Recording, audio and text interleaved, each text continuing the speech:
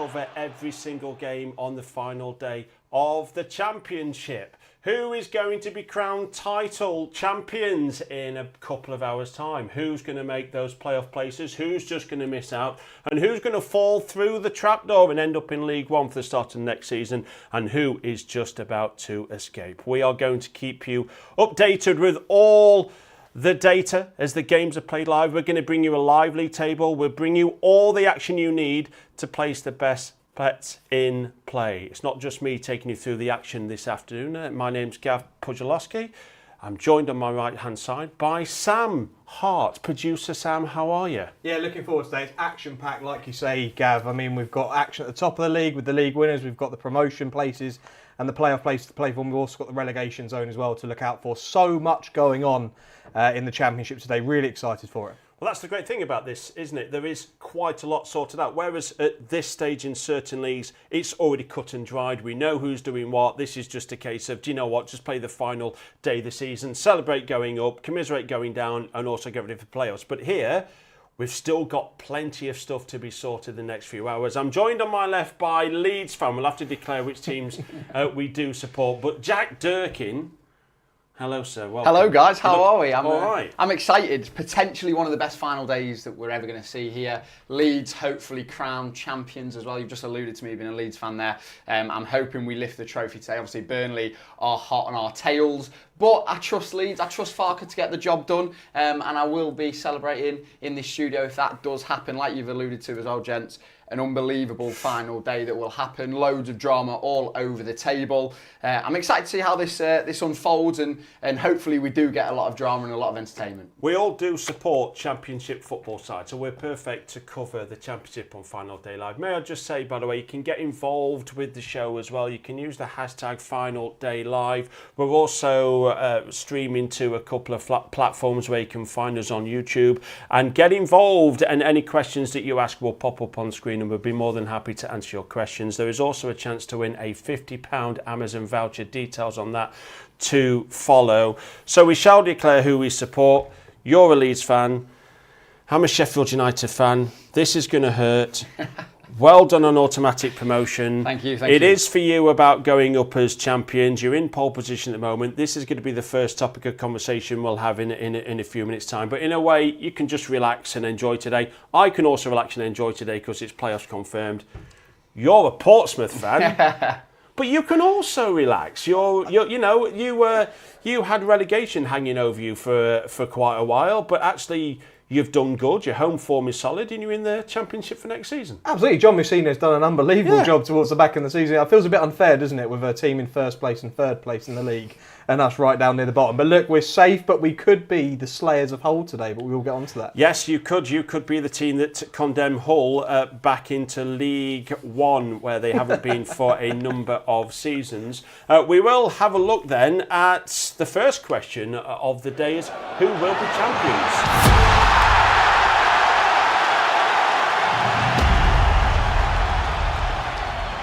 Looking ahead to the final day of the season from a Burnley perspective, and if I'm being honest, I'm not holding out much hope in the Clarets winning the title for a third time in a row in the Championship, but I do think we'll get to 100 points. Obviously, Millwall are coming to the turf. They need to win. They need to become the first team to win at Turf Moor if they are to get a playoff place, and even then, that might not be enough with the games around them and teams being above them, but I think they'll throw the kitchen sink at us, and I think because of that, we can then pick them off. They'll leave gaps, they'll leave themselves exposed, and with a midfield of probably Cullen, Brownhill and Hannibal, I think we're good enough to be able to pick Millwall off. So I think we win the game at Turf Moor. Millwall might score, might be 2-1, something like that. But I'm not holding out much hope that Plymouth will get anything against Leeds United. They've been absolutely relentless recently. Obviously, they had a little slip, but they ended up dropping Meslier and bringing in Darlow in, and I actually think they've gone from strength to strength since then. Obviously, Plymouth already relegated, well, all but relegated. They need, a 13-goal swing. Not going to happen. Leeds have just put 6 past Stoke City and 4 past Bristol City. So, yeah, not holding out much hope. I think both Leeds United and Burnley win, and I think Burnley finish on 100 points for the second season in a row in the Championship.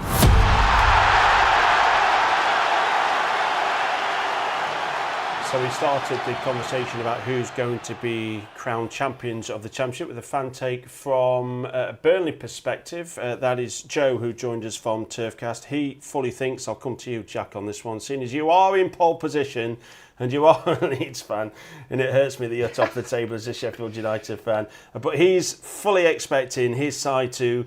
I mean, it's a bit mad, isn't it, to be 100 points, to get 100 points in the Championship and to not win it is madness. He's fully tipping your boys to see it home against Plymouth and be crowned champions. It is mental, but the same thing happened last season. I remember Leeds got a certain amount of points last season. I think we got 97 or something like that, and we nearly got 100 points, and we didn't even get promoted. We got the playoffs. So it just shows, for me, I think the Championship is one of the best leagues in the world, if not the best, in terms of competitiveness, and he's highlighted that there. Obviously, he thinks Burnley will win. I agree with him. I think Burnley will beat Millwall, but the word he used for Leeds was relentless, and I like that word because we have been relentless, and I think that's what we will be again today. Obviously, Burnley are a strong team. Scott Parker won Manager of the Season, which I'm not too impressed with. I don't know how we can potentially win the Championship and Daniel Farke not get Manager of the Season, but listen, that remains to be seen. But yeah, I think he's right. I think Burnley will win, but I also do back our boys to go and do the job down in Plymouth, where there already seems to be a bit of a party going on. Yeah, there are two trophies actually. There is the real EFL Championship trophy, and there is a fake one. One is at Plymouth and one is at Burnley. I would imagine that the real one is down in Plymouth, and the fake one is at Turf Moor. I don't know. I hope so. Leeds did have that blip, didn't they, where they were 1 in 6, and since then you have not just been relentless, you've not just been winning games, you've been smashing teams, and the when the pressure's on, Leeds are falling apart. That is the chant.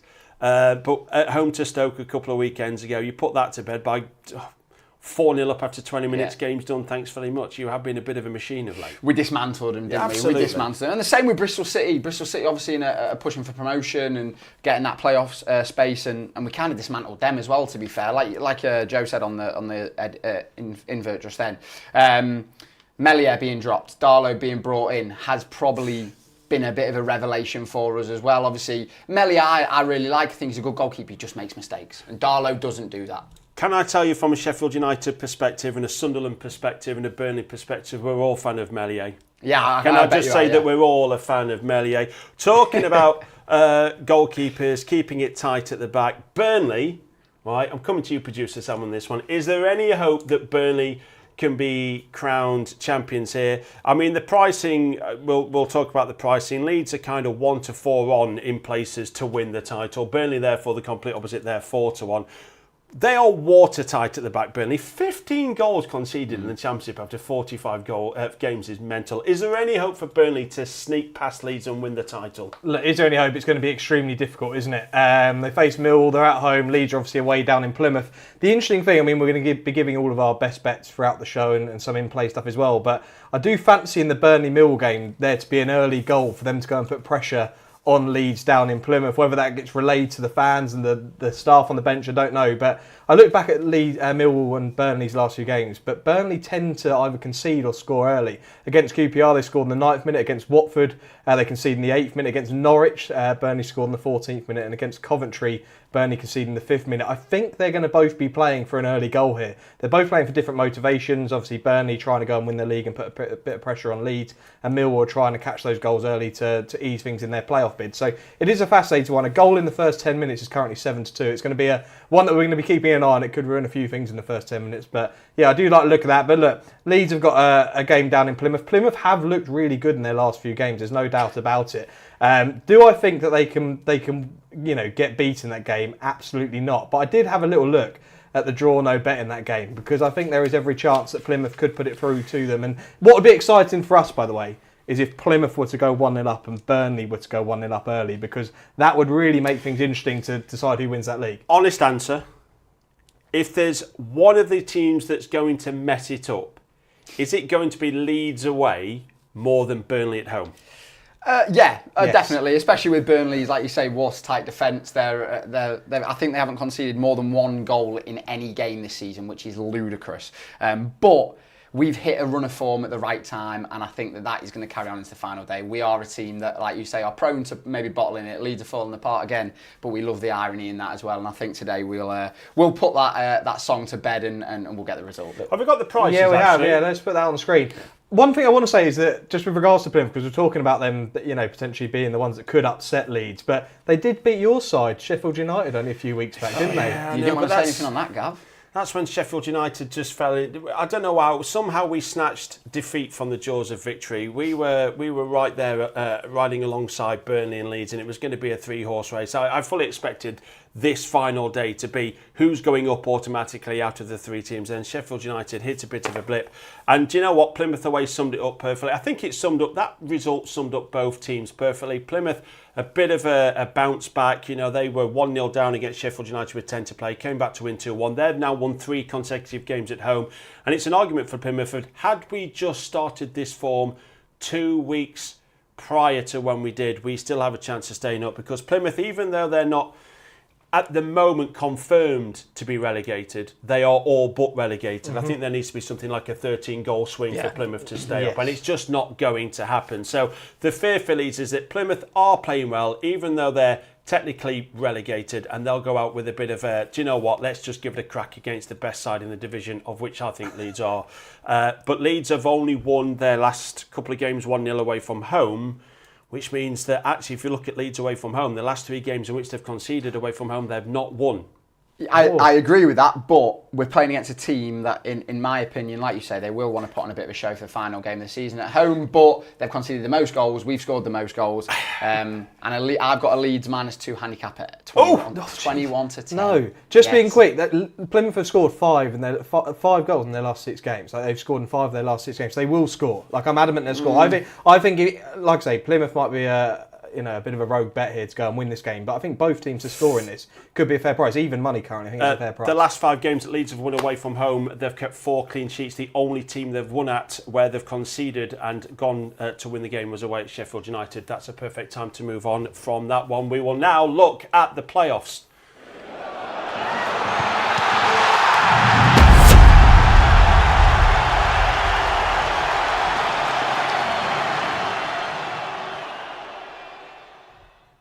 And whereas the title is all about 2 teams, well, let's go through the teams who are involved in the playoffs. First of all, we will mention that the teams in red and white are in the playoffs, so it will be Sheffield United and Sunderland. They are confirmed to be in the playoffs, although Sunderland have hit an absolutely dreadful run of form.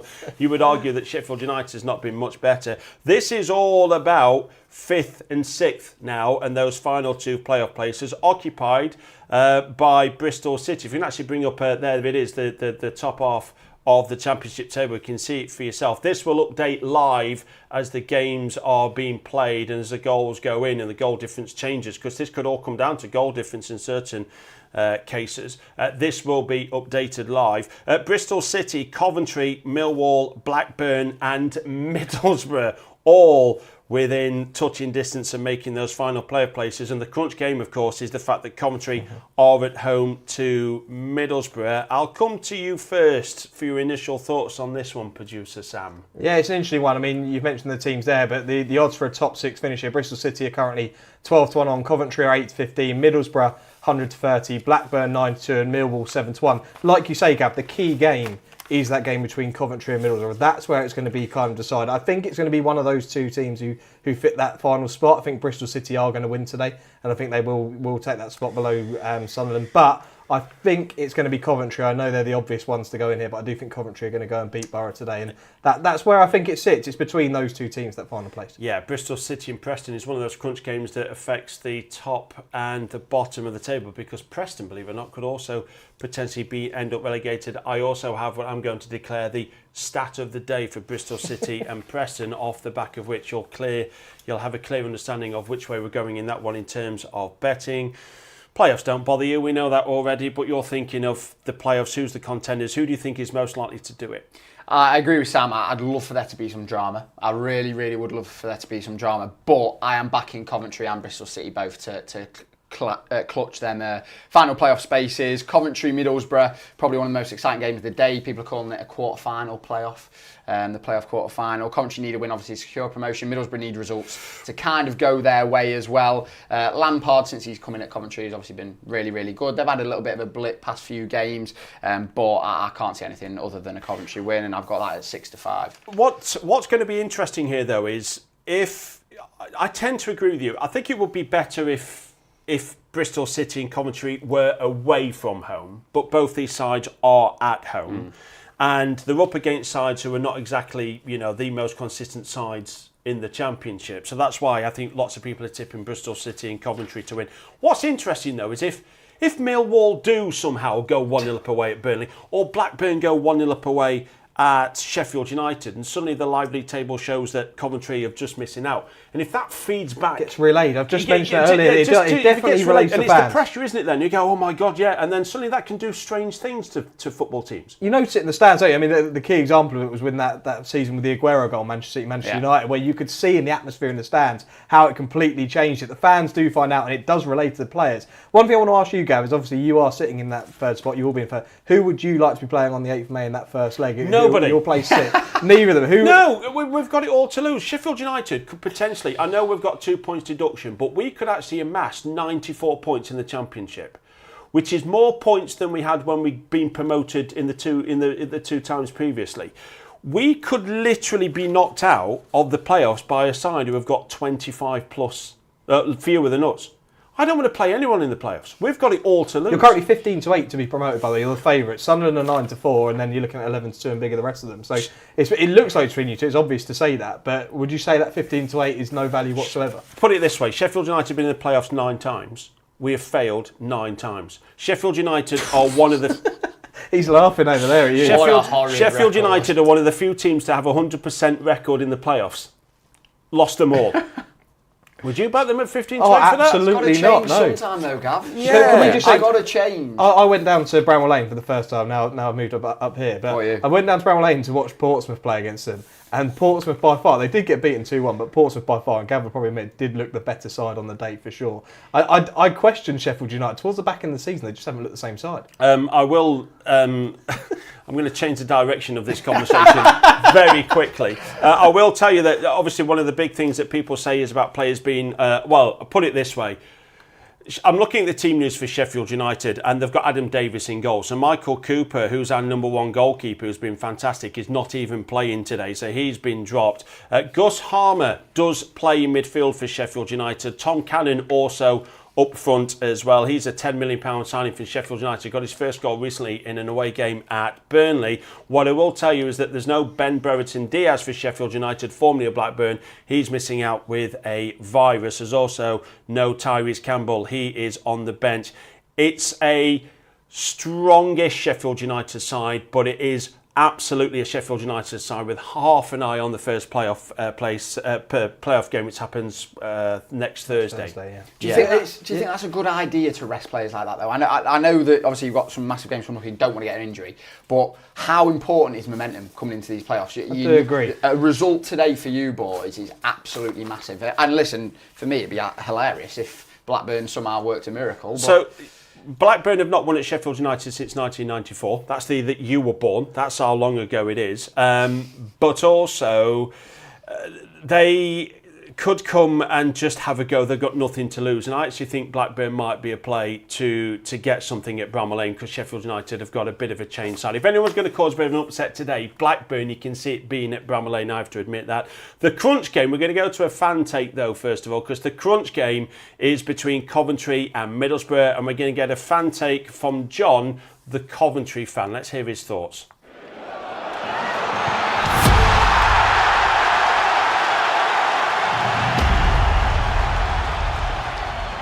A few months ago, Coventry were in the relegation zone. Today we face Middlesbrough with a hell of a chance of getting in the playoff finals. Middlesbrough have got beef with us because 2 years ago we knocked them out. So we need to play really well, play with pace, play with passion, and I believe that Super Frankie Lampard will get us there. It's going to be hard, it's going to be tough, but with a full CBS, I think we can do it. With goals from Haji Wright and Tat Sakamoto I believe we're going to win 2-1. As I say, it's not going to be easy, but we can do it. Come on, City, play up Sky Blue.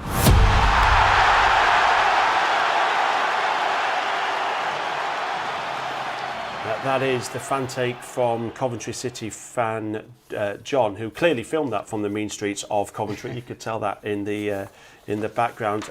Coventry have got they've got a far significant better record against Middlesbrough. They have won the last 4 meetings, Coventry against Middlesbrough, and Borough have won none of the last 7 games against Coventry. So if Borough have a bit of a bogey team, it is going to be Coventry. And as John referenced there, Coventry, they also beat Middlesbrough in the playoffs just a couple of seasons ago. In his words, Borough have beef with Coventry. You can also get in your questions. I think we've received some questions. Hashtag Final Day Live, get involved. We have got a question. I'll leave this to you. Yeah, Sam. before we get into talking about the relegation zone, just a quick one from Mike Evans, who's got in contact with us, who's saying, who has been your player of the season for your respective clubs?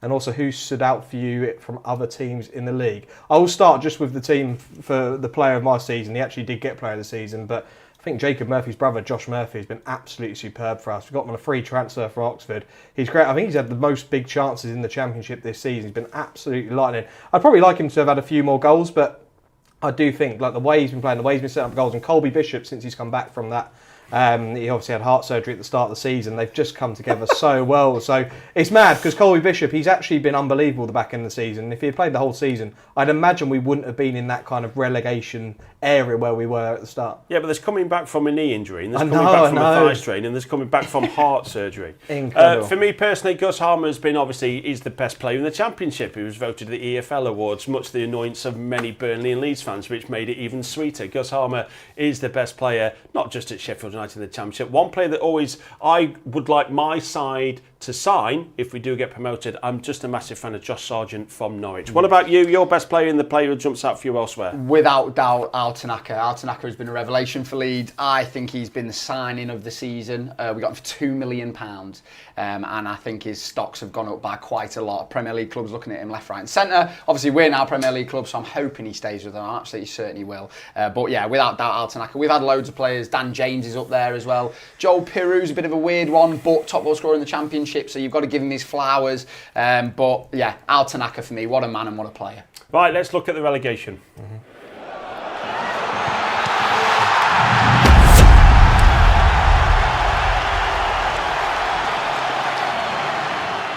Right, let's spend a few minutes looking at the teams that could be relegated. Well, actually, because we've already said that Cardiff. If we look at if we can get the lower half of the table up on screen, you can see that Cardiff are already doomed and didn't expect that at the start of the season. Plymouth are down on goal difference, even though it's not technically confirmed. They're 99.99% certain to be back in League One next season. And it's all about many teams now involved in this relegation dogfight. You've got Hull who are in there at the moment. It's as simple as if they lose at Pompey, they will go down. You've got Luton, Preston, Derby and Stoke. All these sides could be potentially relegated. One of them out of that list could be relegated. What's your thinking in this one then, Jack? I think it'll be Hull. I'd love it to be Hull as well, to be honest with you. Obviously a bit of a rivalry between Hull and Leeds. I think it will be Hull. I think Luton have found a bit of form at a really important time of the season. They've obviously been really, really solid recently, and I think that will carry on today. I've actually got them to win and both teams to score in that game against West Brom at 15-4. So yeah, I think Luton obviously need to win to stay up. And like I said, been in fine form recently. I think as well, obviously Stoke Derby's a bit of a relegation battle there. I think if they both get a draw, they kind of are confirmed to stay up as well. But yeah, maybe I'm speaking heart over head and saying that Hull are going to go down to League One, and getting mauled by the Tigers has never sounded better than in a League One. Hull, last time they played at Portsmouth was back in 2021 and they scored 4 goals and won 4-0. What they would love to have that result today. One of your players, former players, Jack Watmo, who actually plays for Preston, he scored 2 own goals that day. What's your thinking? Yeah, it's an interesting one.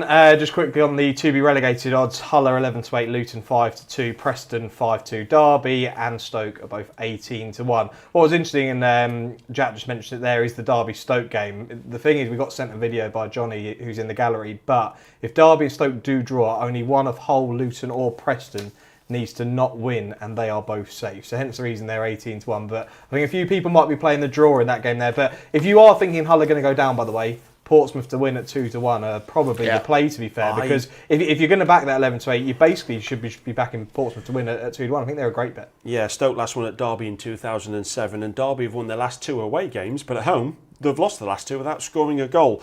So that could be an interesting game, Derby versus Stoke. Let's get another fan take then. This is from a Hull perspective. Let's hear from one of their fans, Simon.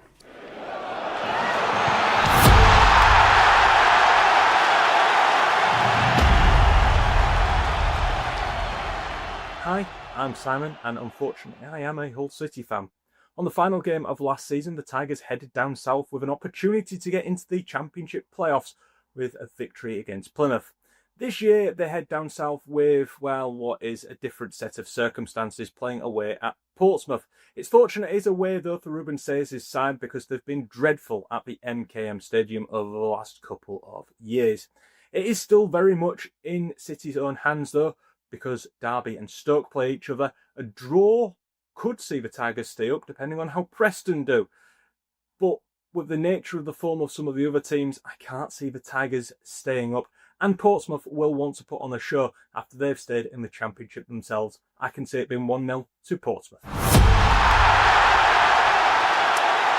I think it's fair to say that Simon is not feeling that optimistic about his side escaping relegation. He's right. He's right though. Even though Pompey don't have anything to play for, by the way, they are going to want to put a show on at Fratton Park in front of their fans, and it is a hell of an atmosphere down there. I don't know if you've ever been down there, but Fratton Park will be rocking. And in also, the sun on the south coast today. Sheffield United have not won at Portsmouth. Burnley didn't win at Portsmouth, and Leeds lost at Portsmouth. It is a tough place to go. Leeds will be glad to see the back of us, won't they? Actually, bizarrely, Hull away from home have pulled out some really good performances. They won at Sheffield United by 3 goals to 0. They also won at Sunderland. They can do it. It's just a question of will they when the pressure is on. So I'm going for Hull. You're going for? I'm going to put Hull are going down. Yeah. I'm going Pompey.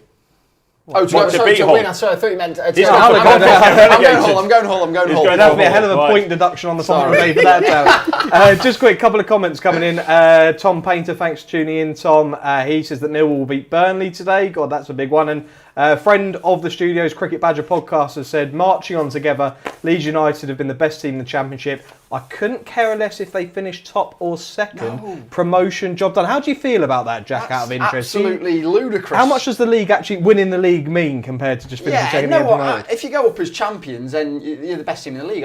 Who doesn't want that? You've had a full campaign. You want to go up as the best team in the league. Obviously, promotion is great, and if we were in a situation where we were probably in Burnley's shoes, where Burnley would get more than likely to win the league, then I'd probably be okay. Well, it's fine. I don't really care if we do. But in that position, no one wants to lose it. Now we're there. It's in our hands. Let's go win. Let's put on a show, and let's have more of a party on the south coast. We're not far from Leeds either with our studios, and a hell of a party in Leeds tonight if they were to win the league. I'm looking forward to that. Oh, yeah. I can't wait as a Sheffield United fan. I truly can't. Right, let's get a countdown to kick off.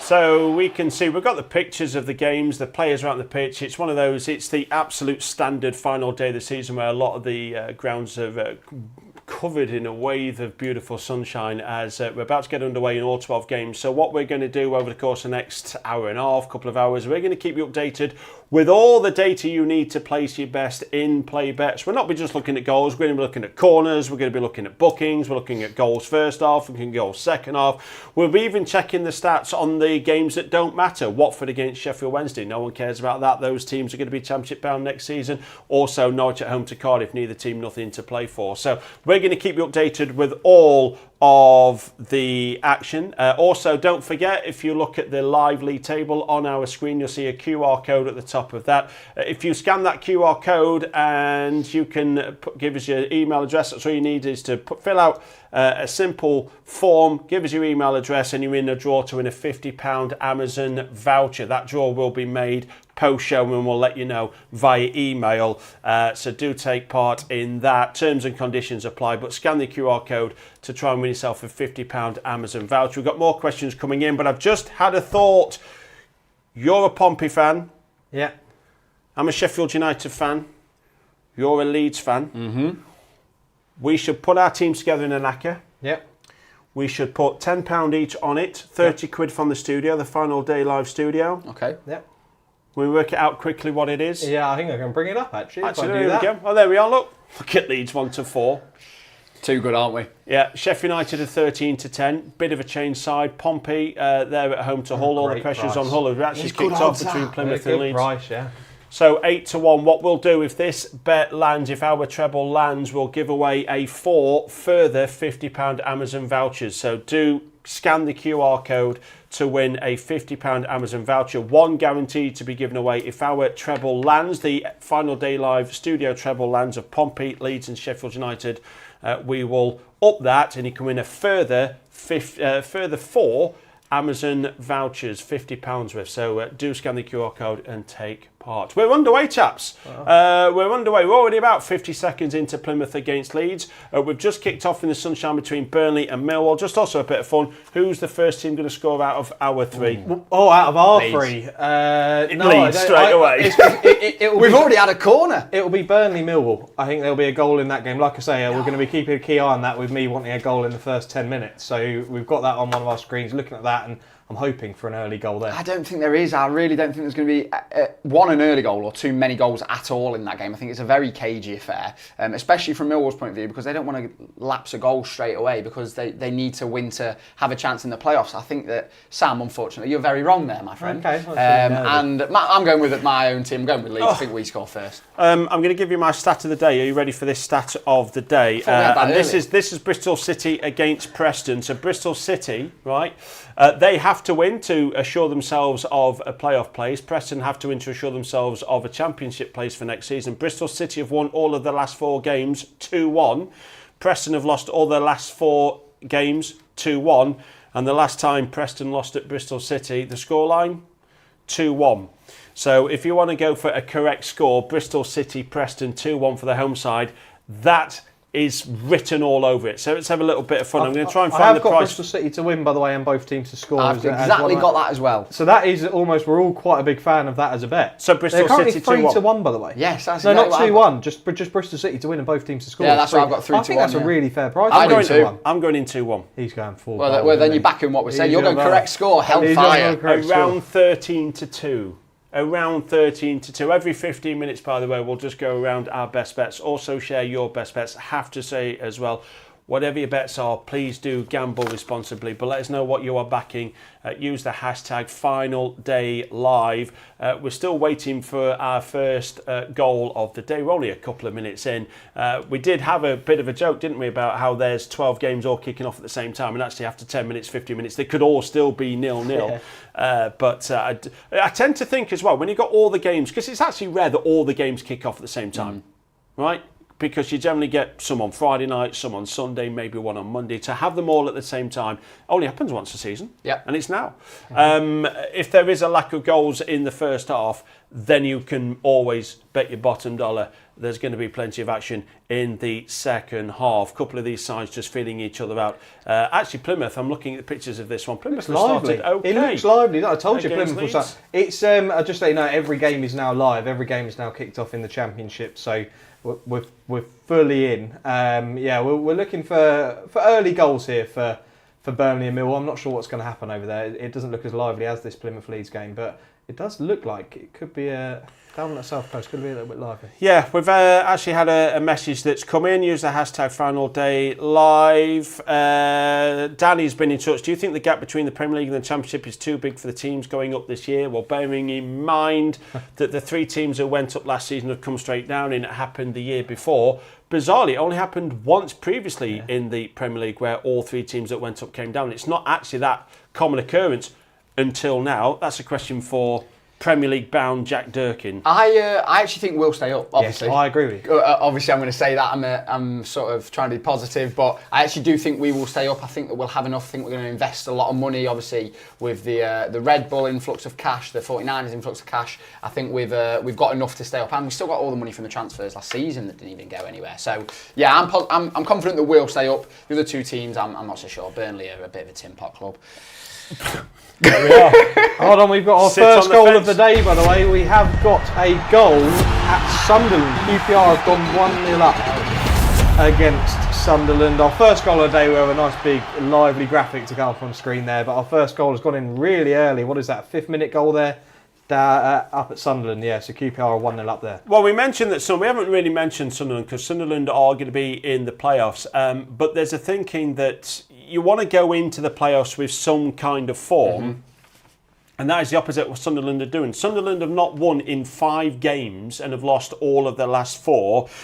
QPR have lost their last 2 games at home, but have won their last 2 games away from home. And bizarrely, Sunderland have won their last 2 games at QPR, but have not won their last 2 games at home to QPR. So even though QPR have gone 1-0 up away at Sunderland, don't think anybody's surprised by that at the moment. Am I right in saying QPR don't currently have a permanent manager as well? And they're yes, Fuentes is on gardening leave, which I've always said is I think it's a golden rule that if you put someone on gardening leave, they've actually got to go and do some gardening and provide evidence of spending at least 4 hours in the garden a day. The question is, are we back in Sunderland to get back into this game? But just to let you know, I mean, I can be half time here. We weren't able to go for our best bets for each game, but I've got it here on my sheet. I will just prove that to you, Gav. But Sunderland QPR, I've got QPR +1. They were 5-4 +1 in the handicap QPR. Wow. So that started incredibly well for me there.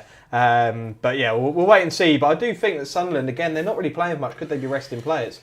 I say that as they're getting the ball into the box. QPR, by the way, I'm trying to get the updated prices, but I think QPR may come back as a nice price. But we have a goal which affects the bottom of the table. My understanding is that West Bromwich Albion have just taken the lead at home to Luton Town. So this is Luton who have just started to hit a bit of form. Luton have just fallen behind at West Brom. We'll see how that affects the table. West Brom have won just 1 of their last 9 games. They have to say goodbye to their manager, of course. Luton have won their last 3 games, but Luton do not have a good record at West Brom. They've lost 4 and drawn 1 of the last 5 games at West Brom. Still seeing if this goal is to be confirmed. It might be something that's either been looked at, discussed or whatever, but the understanding is that West Brom may have taken the lead at home to Luton.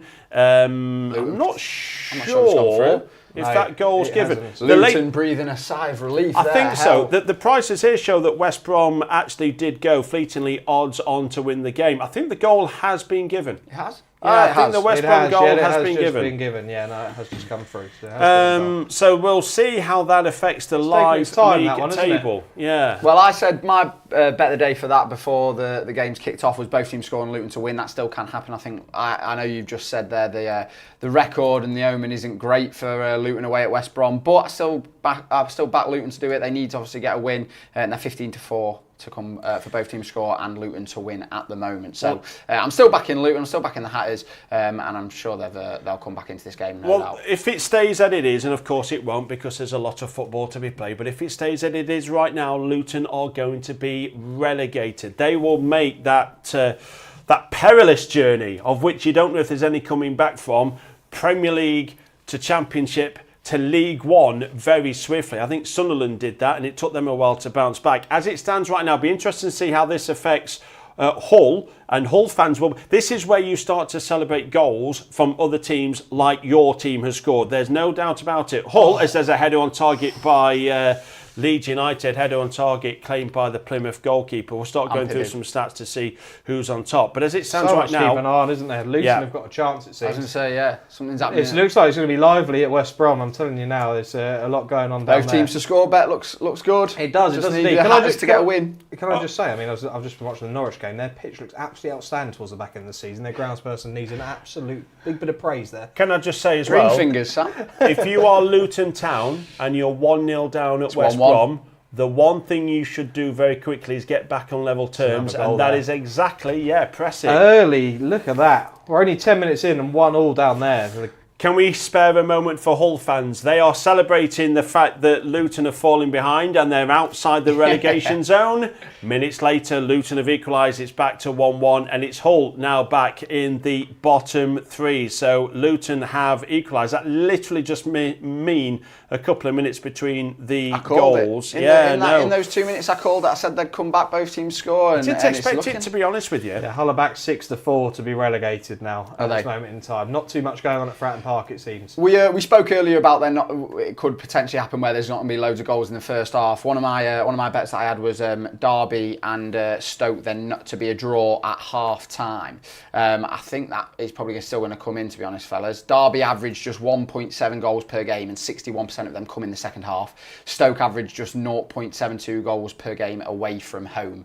The odds of that before the game were evens, half time result at draw, and I will update you on what they are right now. But yeah, it's two teams that struggle for goals, and like I say, I think that will carry on for the majority of the first half. I got 15 seconds left of the goal in the first 10 minutes of the Burnley Millwall game, by the way, and it's not looking great. I mean, there was a chance there, to be fair, but it's. I told you it'll be a cagey affair. How have they started? By the way, look at this.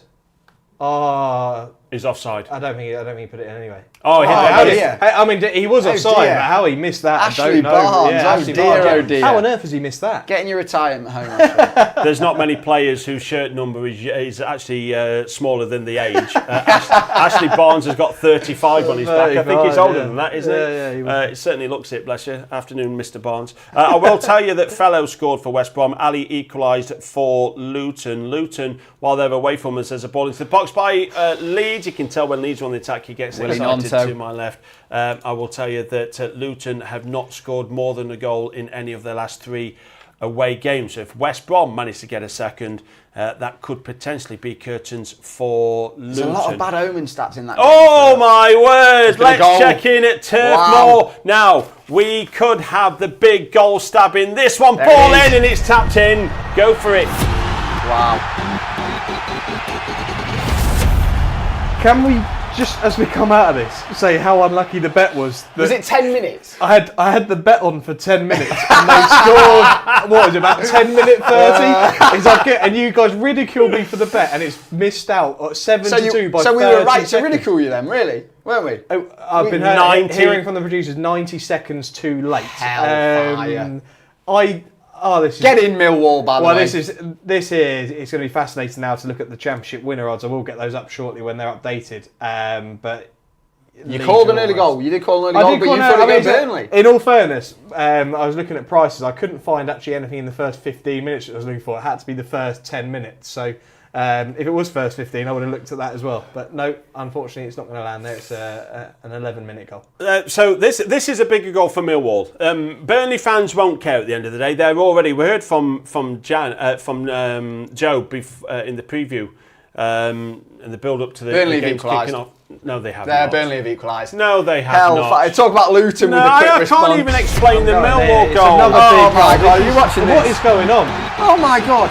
It's a hell of a finish, by the way. It's an easy goal, but it's a hell of a finish. But Josh Brownhill as well, the man who scores goals for Burnley. It's a hell of a goal, but it's absolute calamity of errors. When you want goals in the first 10 minutes and 2 come in the next 2 minutes after the 10-minute mark, it's never ideal, is it? I had in that game before the game under 2.5 goals, so that's not looking likely, is it? There is also a goal at Carrow Road, by the way. Norwich have gone 1-0 up there. I thought they were a great price to win today, by the way. They've got an unbelievable record of scoring goals at home. Do we know the goal scorer? Nunez has scored for them.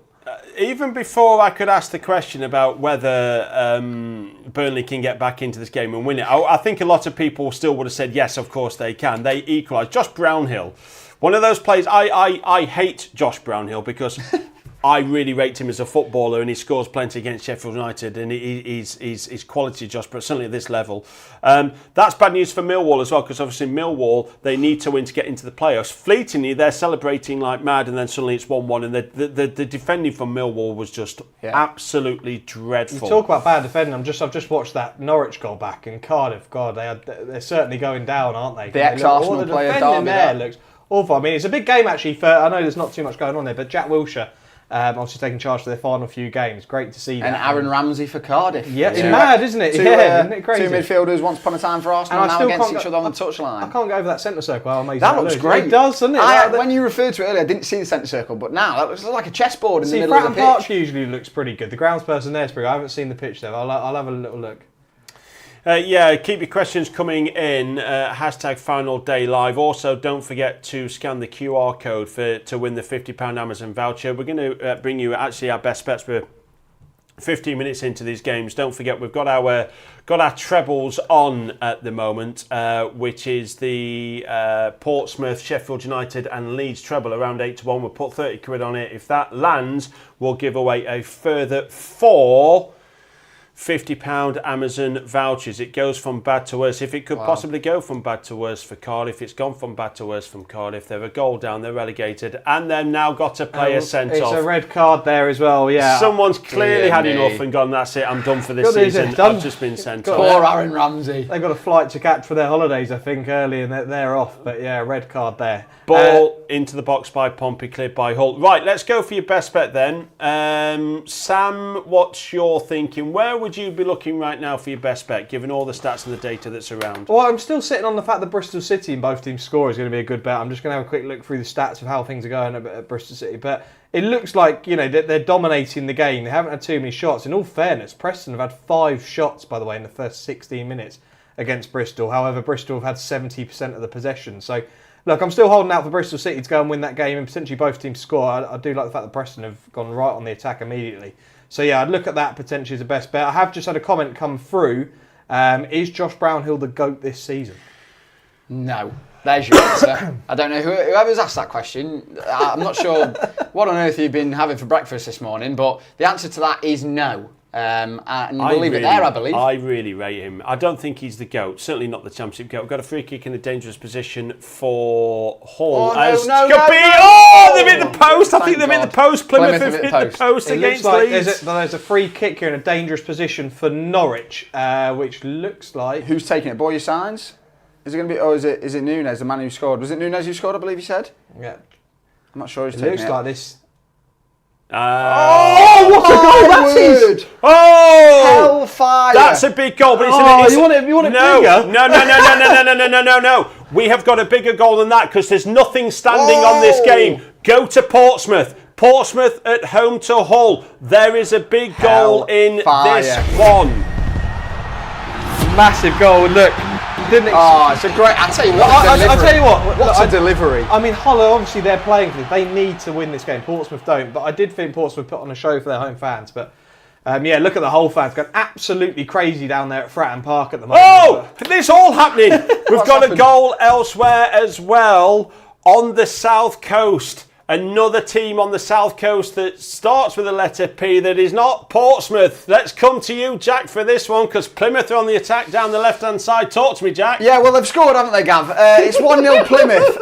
Is that an own goal? I told you. I can't tell if it's an own goal. I'm going to have to watch a replay of this, but your man has ran down the wing. He's cut inside. It's poor defending, I'll be honest. He's been able to come on his stronger foot, put it in the corner. I think it could have hit the post and come off Sam Byram's leg, which, if that's the case, Sam Byram, what the hell are you doing, my friend? You called me bonkers before the game for saying that Plymouth had a chance here. I said both teams to score. This is looking a great bet, by the way. I agree. Because Leeds are going to now score, I imagine. But that is a massive goal. We will get our production team just to update the odds for the league winners, and we'll get that up on screen. The two teams going for the championship, going for the title, are currently both not in pole position. So it's not good. You are wrong. Can we get the top half of the table up on screen, please?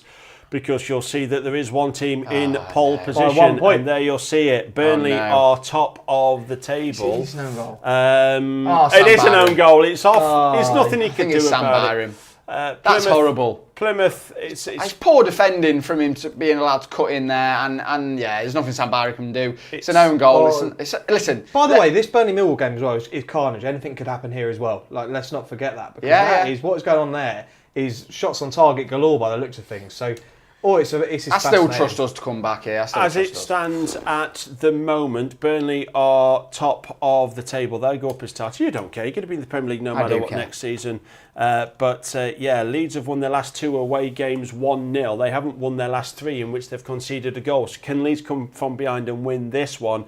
Burnley conceded as well, their 16th goal of the season, but they've soon got back on level terms thanks to some really shambolic defending from Millwall. Josh Brownhill stroked it into the back of the net. As it stands right now, and you can see at the top of the table, scan that QR code, by the way, at the top to win a £50 Amazon voucher. Burnley are going to go up as titles. The real trophy is possibly at Plymouth. Quickly put it on a helicopter and get it up to Lancashire. But at the bottom of the table, this is where we need to look at as well. If you can put the bottom half of the table up as well, because Luton were out of it, then in it, then out of it, and now they're back in it. Because Luton went 1-0 behind to West Brom. That put them in it. They equalised pretty soon afterwards, pulled them out of it. But that is a big goal for Hull. And look at Hull. Look at Hull. Leapfrogged, haven't they? Hull at 18th. I mean, that's how tight it is. But Hull have leapt up to 18th in the table. Now, the question is, we'll look at the prices on this one because that's where we'll focus. We're greyed out between Sheffield United and Blackburn. Nothing happening in that game. I did check, but something could be happening at Bramall Lane now. Portsmouth is 7-1. I've got prices around 7-1 for Portsmouth to win this one. Hull are 4-11 around prices. 100-30 for the draw. You're a Pompey fan. Talk to me. Yeah, it's a fascinating one, isn't it? It really is.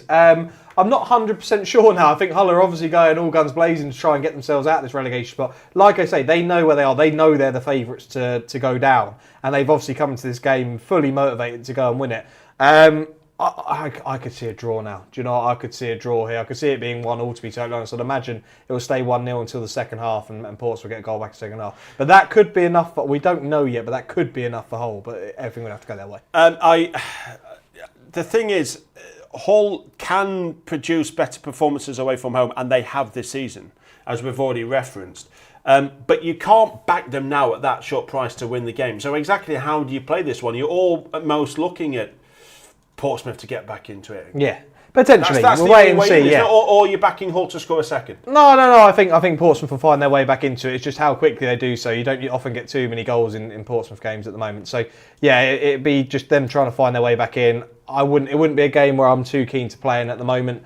But I'd imagine in the second half you might see a goal. Just quickly, there has been a goal. We are just keeping update with action elsewhere. But in the Premier League, Aston Villa have gone 1-0 up against Fulham, which is obviously the battle to get into Europe. So yeah, Villa are 1-0 up. Talk to me about your side. How would you be playing Leeds right now? I get the prices on Leeds. I've got them in front of me. We're 1-5 to be the Championship winner. It's changed a little bit. Still, obviously, the favourites. Listen, I'm not worried. It's 22 minutes. We'll have chances. We'll create a lot. Piru's just missed an absolute sitter, by the way. From about 3 yards out, he skied it over the bar. But the ball's just been played in by Solomon, and Nonto's headed it just over the bar. Leeds. I still back us. I'm not in panic stations yet. Give me the 50th, 60th minute, and it's still like this. Then I don't want to talk to either of you. Leeds are still odds on to win this one. They are, as Norwich sticking a third against Cardiff. Norwich. I mean, there's going down with a fight, and then there's Cardiff who are going down with an absolute whimper, and they're doing it with 10 men as well. Cardiff summed up in one game this one. They look awful, by the way. I think it's the first time they're going back to League One or being in League One next season for about 22-23 seasons. There's a goal. Swansea are at home to Oxford as well. Neither team have got anything to play for. Swansea have taken the lead at home to Oxford. Swansea go to 1-5 in places to win. Have you got the outright odds? We have, I mean...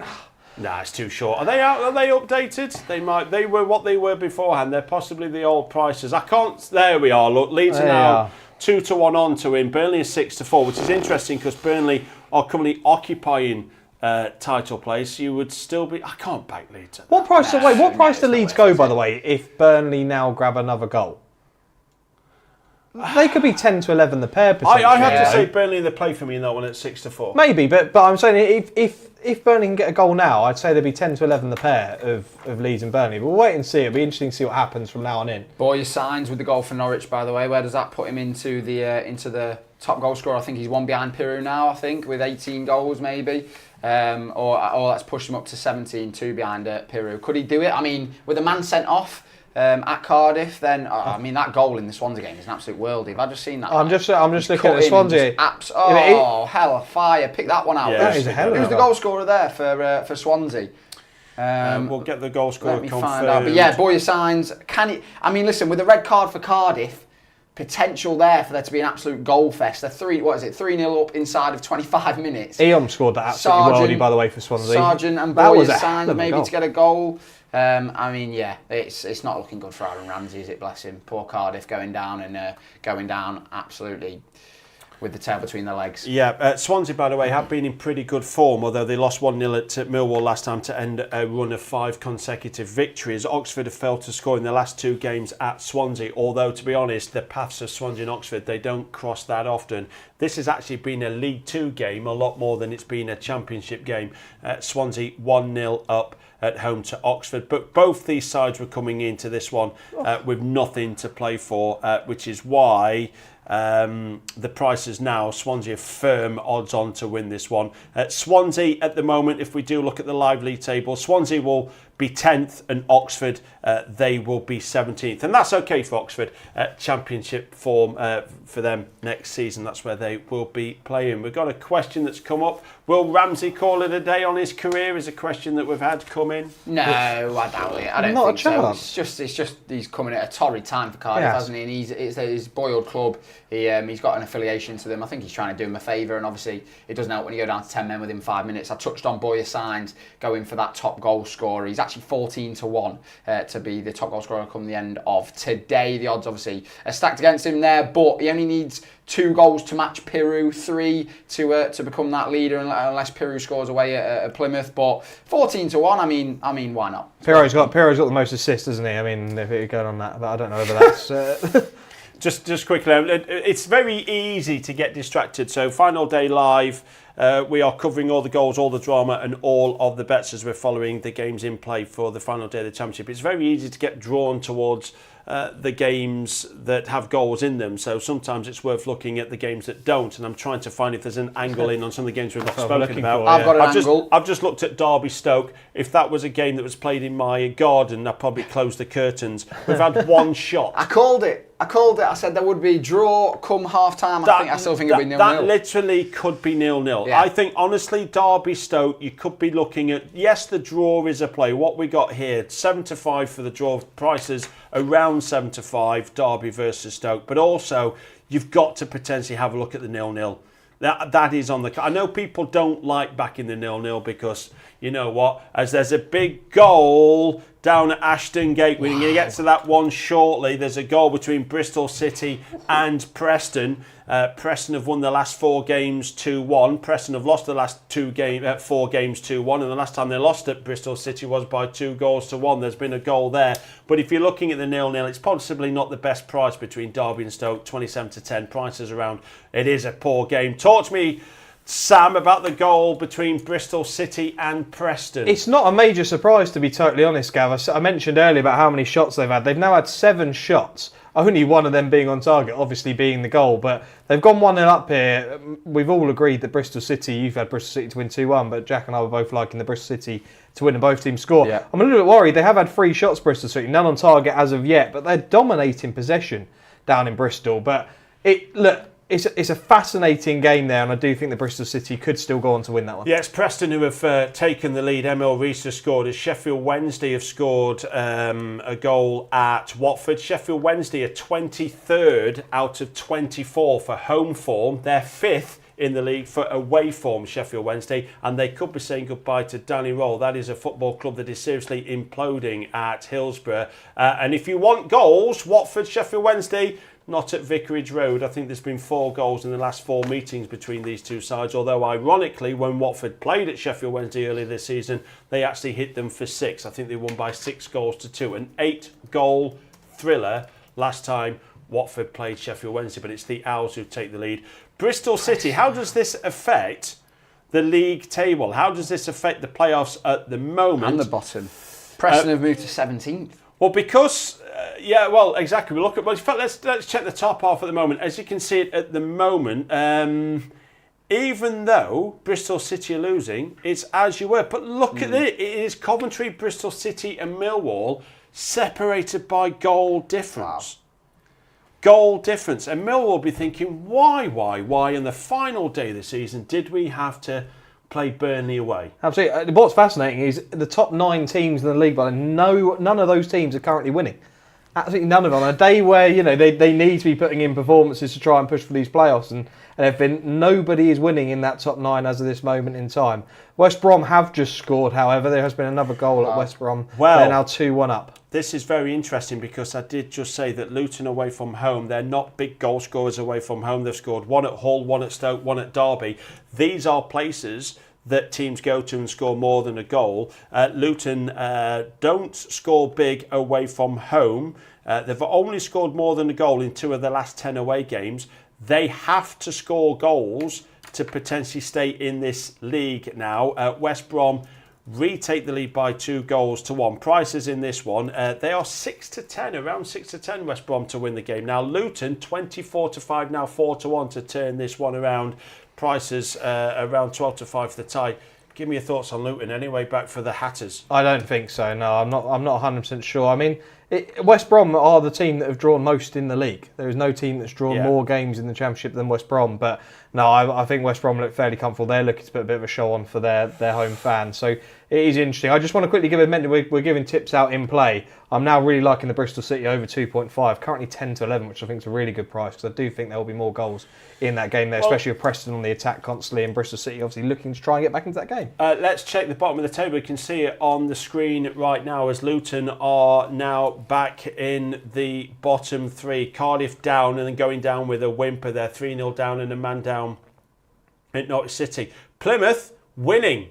Talk to you about Leeds. Leeds have just had ball into box. Plymouth keeper has palmed it away. We're piling on the pressure. I'm keeping an eye on this game and we're absolutely just chipping away at that goal. I'm sure we'll get a goal in this first half. I'm going to find out what it is for us to score next. But yeah, you've touched on Luton just then, sorry. I had them both teams scoring and Luton to win. It looks like it's gone the other way with West Brom, and I think that could be curtains for Luton unless something happens in the Hull game, which obviously it still could in the Hull and the Preston game, to be fair. But it, like we touched on it earlier, the leapfrogging that happens by one team going into the lead. Hull went from obviously 22nd to I think it was 18th, then now 19th. Preston got to 17th with a goal. So it's bonkers the bottom of that table, and I'm absolutely guaranteeing there's still going to be a lot of drama that is going to happen down at that well, table. It's getting even worse. You just said 1 goal changes it.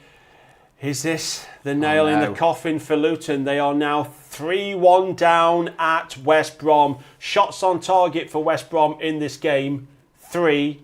Goals for West Brom, 3. That's the worst thing you want. If you need to go and win, at least have one of those performances where you're rock solid at the back. Absolutely. 3 shots on target, 3 goals. That's curtains for Luton, isn't it? Well, we say that. Like Portsmouth, I mentioned it could be a draw. But if Portsmouth were to get back into this game and go and win it, it's simple as that. Hull will go down. So if Portsmouth can go and win that game, Hull will be relegated. It all is so fascinating. I do want to mention Leeds have definitely got back into this game, by the way, but Burnley have looked more solid going forward. I'd be more comfortable on Burnley getting another goal here before Leeds do. So we'll wait and see. But at the moment, Plymouth draw no bet. It was a bit of a rogue one, but it's looking all right at the moment, Jack. I think it is looking all right. I think we're going to get a goal before half time, to be honest with you. I've got both teams scoring the first half here at 29-20. I think that we're going to grab a goal. Like I said, we're piling on the pressure. It's just a matter of time. And when that first goal comes, I'm hoping the floodgates will kind of open a little bit, and you can stop giving me a little bit of stick about Leeds currently being 1-0 down. Right, guys, I'm going to give you 45 seconds to find your best bet. I'm just going to do a little bit of a search around in some of the games that we've not spoken about. Coventry against Middlesbrough.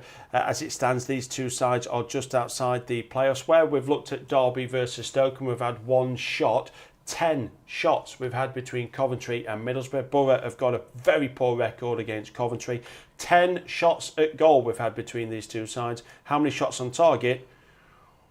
1. So 9 of the shots have been off target, although it's telling me that Coventry have had a couple of chances. I still think Coventry could be a play to win that game. They've got very good home form.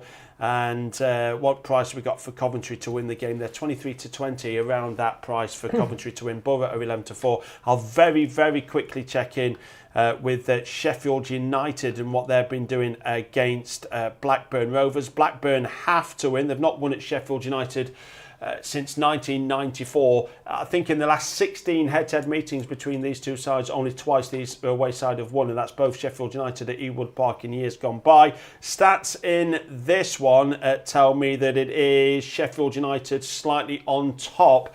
They've had 3 shots, 1 on target, but also a big chance. Their XG is pushing close to 1, whereas XG for Blackburn is 0.02. They've not had a shot on target. So actually, if you fancy Sheffield United to win, they're around 17 to 10. They've got to change side with half their eye on the playoffs coming up next week, but it's still Gus Harmer in midfield, Callum O'Hare, Tom Cannon playing, no Ben Brereton Diaz for the Blades against his former side. He misses out with a virus. Who wants to offer their best bet first? I've got one. I'm actually looking at a game that's a little bit more pointless, but the Swansea-Oxford game at the moment. Swansea, who just scored an absolute worldie with Eon scoring a rocket for them. But I'm going to go for the corner kicks here. There's currently been 5 corner kicks in the first 30 minutes of the game, and over 12 corner kicks is currently even money at the moment. I'd probably have a look at that. It seems like there are going to be plenty in this game. There's actually been 6 now, by the way. There's corners are racking in down in Wales. So yeah, I'm going to have over 12 corner kicks in the Swansea game at even money. I think it's a fair price.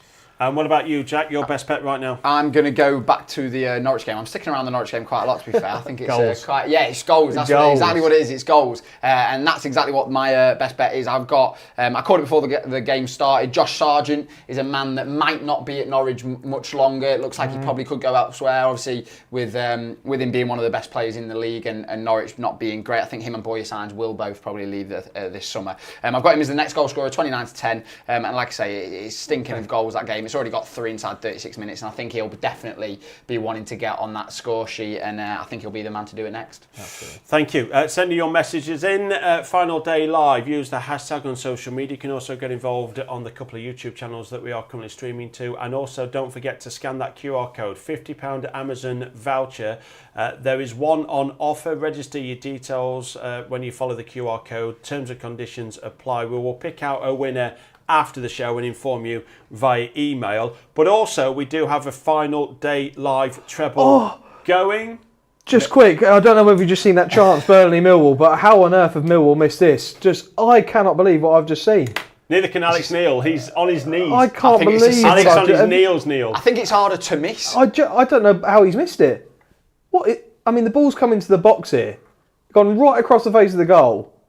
He's in the post. This. It's an open goal from 3 That's yards. terrible. That would have been a goal that Leeds would have loved to have seen. Not only that, Millwall would have loved it because that'd have put him in the playoffs, wouldn't it? I'm sure it would have put him in the playoffs. How he's missed that? It would have. Yeah, that goal would have put him in the playoffs. It's almost like he gets caught. It's almost like his knee stops him from extending fully. And now Burnley are on the side. I can't believe it. Unbelievable. He's offside. The Leeds fans on my screen are looking a bit tame at the moment. Come on, the boys. Let's get up the team. Like I say, I'm still thinking we'll grab a goal before half time. Do you know if Millwall miss out on the playoffs, and they could still win and miss out on the playoffs, but if they miss out on the playoffs because they didn't claim all 3 points, that's a shocker from Coburn. Oh, it's awful, isn't it? It's awful. The ball's played across from the right-hand side, across the face of goal. He's unmarked. Like he's 3 yards out. He's got time to tap it in, and he hits the post. He will not want to. He won't. Wide. Could you imagine in the changing rooms afterwards if they don't go up and it's because of that? I know. He won't want to look at anyone, will he? Although they're on the attack again here, and it's Blaze well wide from the winger there. Not a good effort. Just started to calm down. I can have a look at some stats from games elsewhere. By the way, what's the response like from Portsmouth? If we look at the lower half of the table as we're doing so at the moment, you can see it on your screen that Hull, they are indeed 19th. No threat for Hull. Not only are they 1-0 up, they are having a terrific game. They've had 5 shots at goal, 3 on target, Hull. In fairness, there's 2 shots at goal, 2 on target for Portsmouth. The XG for Portsmouth, that's obviously your expected goals with the quality of chance all multiplied.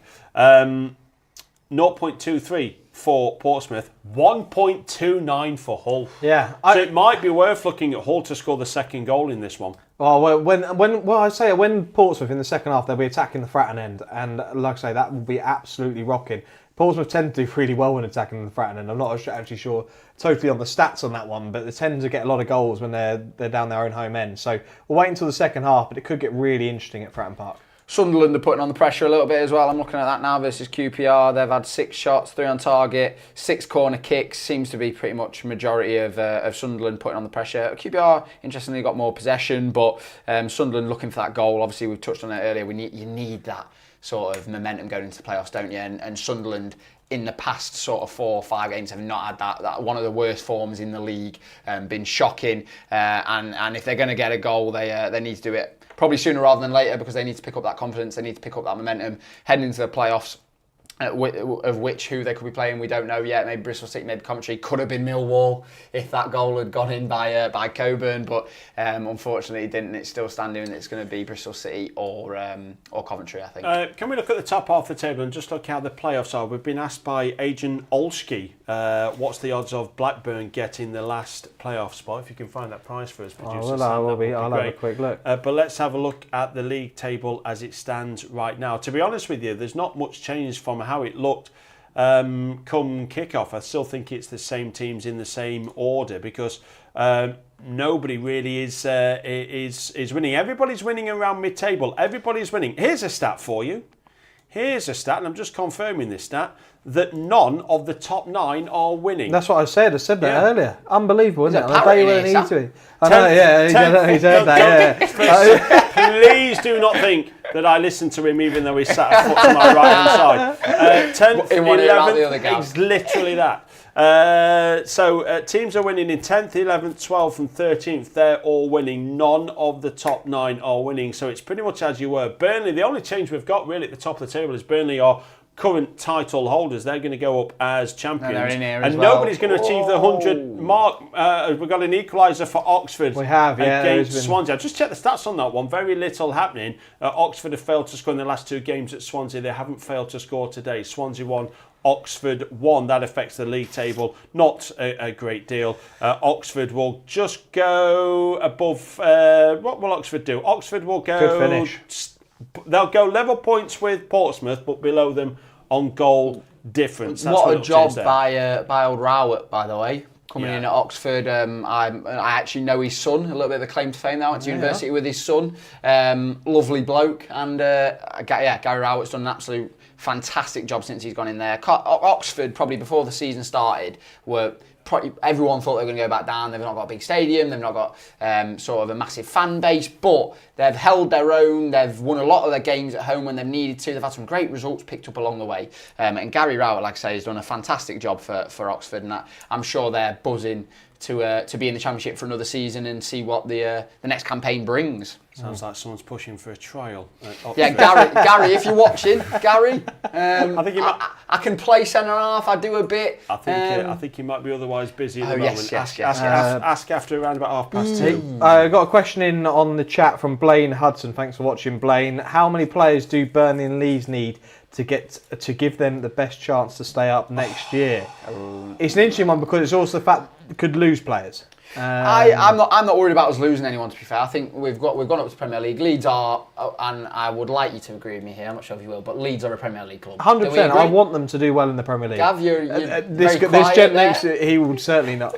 Are we measuring this on stature? We're measuring it on everything. On history, stature, size of the club, fan base. I disagree with that, and I'll tell you why I disagree with that, because you're basically saying that Brentford and Bournemouth are not Premier League sides, and they are Premier League sides. I always say that you are where you are. So yes, you're a Premier League side because you're good enough to be in the Premier League. Are you good enough to stay in there is the question. And the fact of the matter is that if Leeds get relegated next year, then you're not a Premier League side. I agree. But back to the original question, which was how many players do we need to sign? I actually think we need to sign probably nearly one in every position as backup and as a new player. We need a striker. Like I say, Joel Pereira is obviously our top goal scorer, and he's the top goal scorer in the Championship. But I don't think he's Premier League quality. It's always funny, I find, that when teams go up to the Premier League, you find that calibre of player that's just top of the Championship but bottom of the Premier League. Jayden Bogle would probably be one of them, I would say, and you might back that up from seeing him in the Premier League.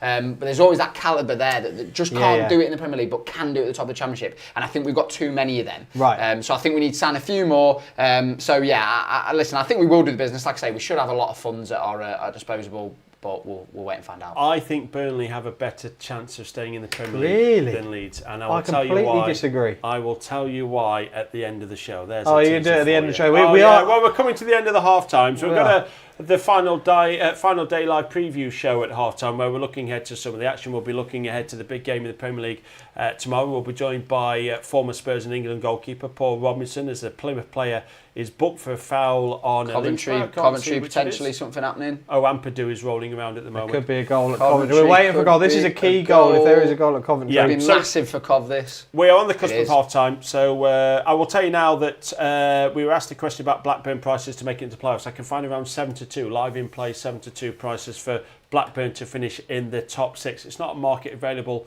in many places, so you'll have to shop around for that. But huge goal for Coventry this, because this is going to just solidify their place potentially into the playoffs, and they'll sit in that 5th position as well, which could be ideal because they would face Sunderland, wouldn't they? Yeah, at the moment. So wait and see, but we've got West Brom leading there now into 9th. You've then got Coventry 1-0 up there into 5th, Bristol City in 6th.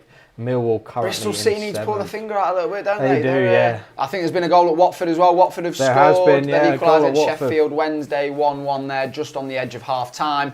A couple of goals coming in right at a very important time in the matches there. Watford back into the game. Obviously, we know it's a nothing game, but nonetheless, good to get a goal just before half-time. And then, like you say, Coventry there, scoring in the 45th minute, perfect. Changes the team talk from big Frankie Lampard. That puts them into, like you say, 5th position, which, if they're getting Sunderland, I mean, as a Coventry fan and as a Bristol City fan, I'm absolutely certain they'd want Sunderland over Sheffield United, especially with the way that they are at the moment.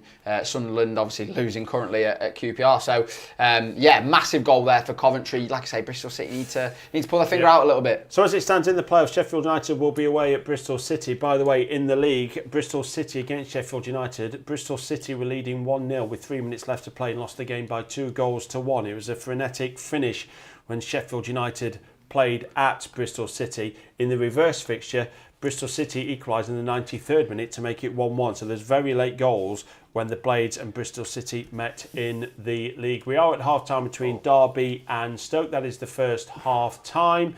I've got a comment in, by the way, from Matthew Kendall. He says, not ideal for Sunderland, that goal for Coventry. To be honest, we would lose against anyone in the playoffs at this race, but Coventry are a particular bogey team for us. Wow. And like we say, at the moment, Sunderland will be playing Coventry in that playoff semi-final. So we'll just wait and see what happens there. Can I just say there that the Derby Stoke bet that I had before the game has come in. Draw at half-time. I had it at evens before the game, so that's just 1-0 to Jackie D. I think quite a few people are on the 0-0 in that game, to be totally honest. Great minds think alike, eh? That's what it is. That's how it goes. So, half-time in Sheffield United Blackburn as well. Half-time Watford Sheff Wednesday. All games coming to sort of the end of the first half here. I'd love Leeds to grab a goal as they are on the attack. The ball lands at, is it Tanaka's feet, I believe it is. Can we get a goal, boys? Let's conjure up something, please. I just want to bring in one last question before half-time, again from Blaine Hutchinson, who says, would you replace Carrick if Borough failed to make the playoffs? We're interested to hear from Pete Farrell, who's friends of the studio,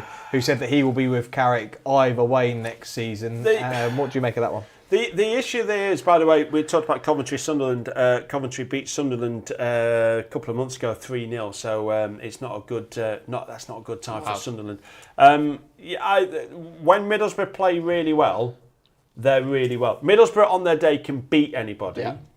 Middlesbrough off the day can lose to anybody. Yeah. You don't know which Middlesbrough side you're going to watch when you go to watch them, and that's the problem. When they're good, they're very good. When they're poor, they're unbelievably poor. As Hannibal is having a go at the referee, Scott Parker walks off at half-time as Burnley are 1-1 home to Millwall. I don't see enough for Middlesbrough to make a claim, but when I've seen Middlesbrough play really well, they are one of the best footballing sides in the division. Mm-hmm. Clearly just not consistent enough. And maybe that's beyond Michael Carrick's control. Maybe that is the infrastructure of the club and the money he's got to spend. Mm-hmm. I don't know. Yeah. But I certainly know one or two Middlesbrough fans who really like him. Leeds 1-0 down at half-time. It's gone, the referee's blown for the half-time whistle. A few of the Leeds players running into the changing room there. Like to see that sort of put a rocket up the few of the players' backsides, which quite clearly we need, because currently we're about to bottle the league title, which, like I say, believe it. You don't care though, do you? I do. I don't know what you're trying to. Well, the cricket badger commented. It doesn't matter. It does not matter. If we were in pole position, if we can win that title, let's win that title. Let's have the bragging rights. The best team in the division. confidence, everything that comes with being league champions, you need. Do you think that gives you the right to sign better players? I know we talk about like teams in the Premier League when they get Champions League, they've got more draw to bring in players. You're promoted, but if you win the league, say you're league champion, do you think that has a little bit more of a pull than just saying you're promoted? I don't, to be honest. But I think the thing that gives us a pull is that we're Leeds United, and the other two teams that are coming up, one of them is Burnley, who, as we are, I've told you both, I think are a horrible club. And then the other one could be maybe Sheffield United, Sunderland, Bristol City, or Coventry, as it sort of stands. So I think that the pull for us is the fact that we're Leeds United. Not that it doesn't really matter where we finish in the division. We've got the fans, we've got the stadium, and I think that's the pull for us. So in answer to your question, Sam, no. Okay. JLS had a very good career, and they didn't win Britain's Got Talent. They finished second. It's all about winning sometimes. That would be good with regards to Britain's Got Talent if they were in it, but they won the X Factor. So close to being such a good lad. I will bow down to your reality TV experience in this one. I think they finished second to Alexandra Burke, actually, to be honest. Hallelujah. I'm very glad I showcased the fact that I clearly don't watch these programmes, where you clearly do. Right, half time. Brilliant. Shall we just run through just quickly the scores at half time as well? Probably worth doing, so I can go through that. But yeah, as you can see, well, as it affects the table at the moment, we'll just have a look at the top of the table. The big news is that Burnley are drawing at home to Millwall, but Leeds are losing away at Plymouth. So that means that Burnley will be crowned titles. You can see the top half of the table as well as Sheffield United, Sunderland, Coventry and Bristol City, as you were at the start of the season. It's funny how you look at all the permutations and who can do what and what happens, and we're literally 45 minutes in and there's no change in the playoffs whatsoever. The gaggle of teams who are winning are the ones who have got nothing to play for. They say it's on the beach. I spoke to an ex-professional footballer and he said that's absolute rubbish. As an athlete, you want to win everything, whether it's on the football pitch or whether it's Monopoly. If you're playing, you want to win. Or Britain's Got Talent. Or it could be Britain's Got Talent. Or X Factors, I've been told. Let's look at the bottom half of the table. Cardiff are going down with a real whimper. They're 3-0 down at Norwich and a man down as well. They had a player sent off. So even though Cardiff's season is done, one of their players' season is really done. They'll get a ban for the start of next season wherever they're playing football. And then you can see that Plymouth are down anyway. They go down even if they win, as proven, because the goal difference. But Luton, they are the ones who will fall into League One. Bearing in mind this is a Luton side who last season made a better show of it in the Premier League from the sides coming up than Burnley and Sheffield United. Everybody thought that Burnley and Sheffield United may stay up and Luton will get absolutely battered week in, week out. It happens at Luton,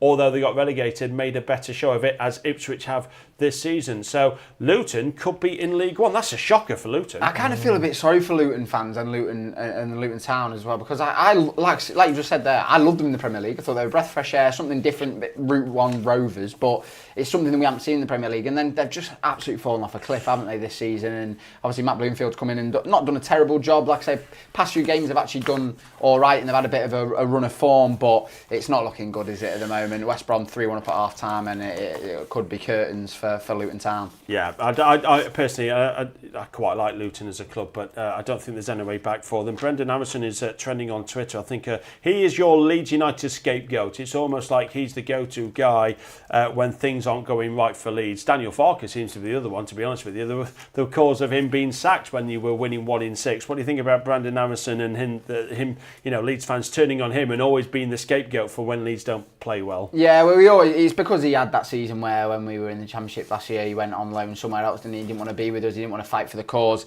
I mean, he's okay. I think he's been okay this season. I don't think he's a world beater at all. And we signed him from obviously the Bundesliga when he joined us, and we expected him to be really good in the Premier League. He wasn't that in the Premier League, and he's not been that in the Championship. It's actually funny. I'm just looking at a picture on Twitter now. Dan James, Junior Firpo, Pascal Struijk, and I believe one of the reserve players are all sat with the fans in the crowd at Plymouth. So hopefully we score in the second half and give them something to cheer about, and they can get in on the party on that south coast. Only 2 of the top half of the Championship are winning. That's West Brom at home to Luton and Coventry at home to Middlesbrough. Every other side is either losing or drawing. Only 2 of the top 12. Right, we'll be back for the second half. We'll also keep an eye on the final day live ACCA. We put 30 quid on our teams to win, and none of them are winning. Yours are losing, mine's drawing. Portsmouth, Sheffield United and Leeds. If those teams do turn it around and win, we'll give away more £50 Amazon vouchers. If you want to win a £50 Amazon voucher, then scan the QR code. Right, we're going to look ahead to the Premier League action. We have got Chelsea versus Liverpool. That's the big game tomorrow. We'll have the thoughts of ex-Spurs and England goalkeeper Paul Robinson. We'll also have Dave Easton looking ahead to the semi-final second leg of PSG against Arsenal. It's 1-0 to PSG after the first leg. I'll have the thoughts of the Miami Grand Prix. I must say on that, by the way, that the prices you'll hear in the Miami Grand Prix are for the Grand Prix itself, not the sprint race in which Kimi Antonelli, 18-year-old, has put his car on pole. And your thoughts on the 2,000 guineas at Newmarket as well. At Final Day Live, half-time preview show.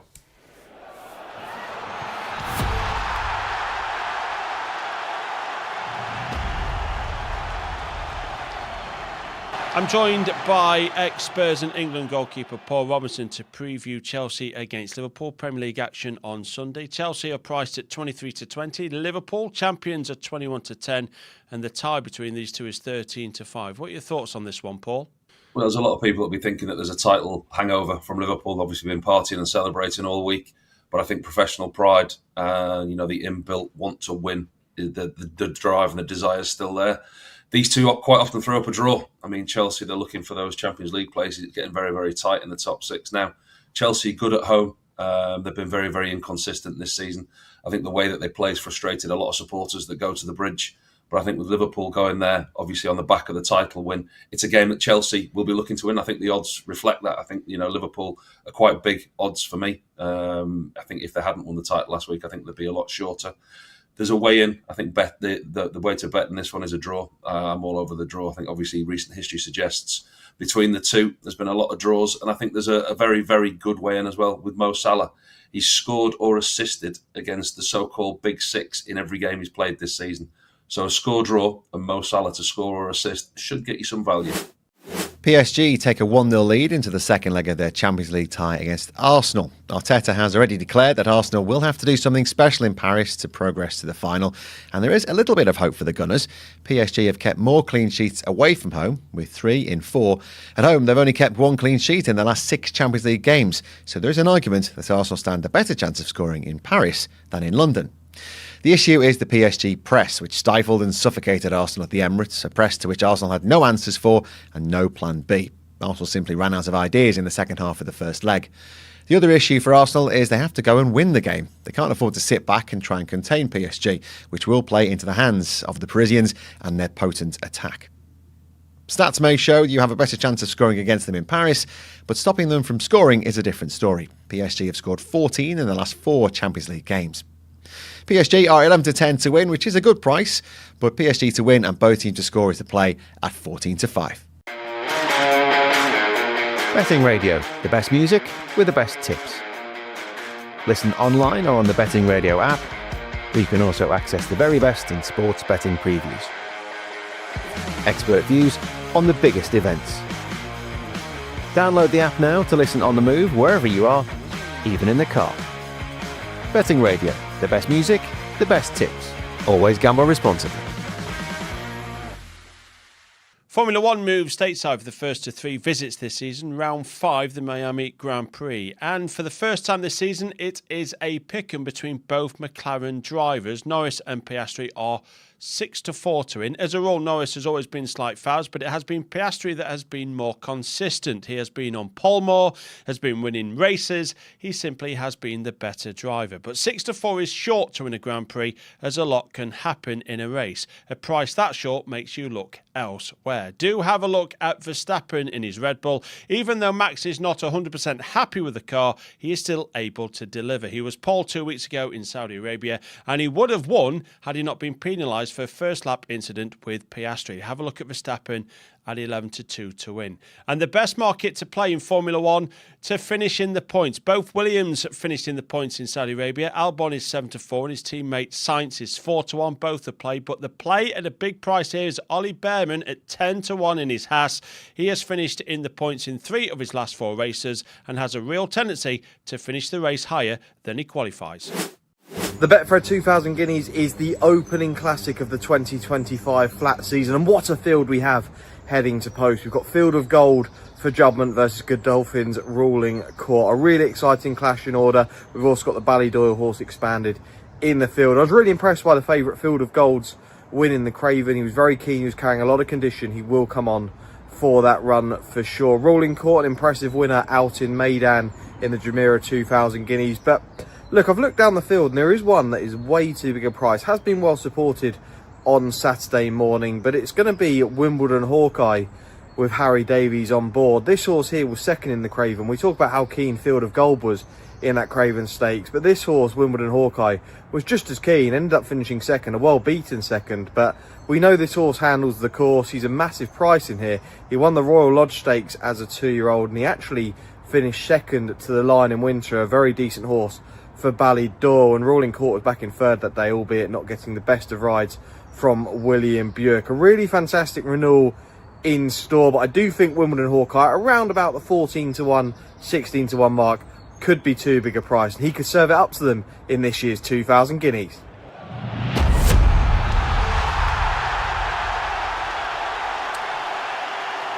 Those are the thoughts looking ahead to some of the action. We were looking at Chelsea against Liverpool and whether Liverpool can follow on from their champion celebrations by picking 3 points up at Stamford Bridge, a place where they've not been too successful. Also, can Arsenal pull off a bit of a miracle away at PSG? 1-0 down at the first leg. I thought PSG were absolutely terrific. Thoughts of myself regarding the Miami Grand Prix. We've got the sprint race coming up later on today, then qualifying today, and then the Grand Prix tomorrow. And I guess the big question for the 2000 Guineas at Newmarket is, why did you film yourself in a wood? Oh, I don't know, outdoors and looking like I was near a race course, to be totally honest. It's a good race coming up at 3:35 at Newmarket Day. Looking forward to watching that. Yeah, okay, thank you. We are focusing on the action from the Championship, the final day live, as players are coming back out onto the sun-drenched pitches across the breadth of England. We'll just go through where we are. We'll just put up some of our best bets as well. But as it stands right now, Burnley are top of the table. They're 1 point at home to Millwall as it stands. They should be behind, by the way.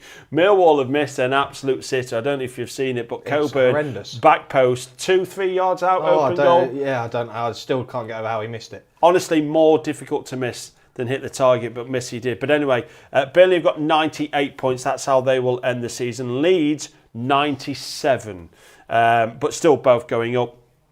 Then the playoffs confirmed as it was at Sheffield United 0-0 at home to Blackburn. They're staying third no matter what. They'll end the season on 90 points, but have amassed 92, which I think is a record for the Blades in the Championship. Sunderland could be, 5 consecutive defeats. They're losing at home to QPR. They are going to stay fourth. They will play Coventry. Coventry drew 2-2 at Sunderland in the league and then beat them 3-0 at home. So 5 goals against Sunderland for Coventry in the Championship this season. They'll relish the fact of taking on the Black Cats.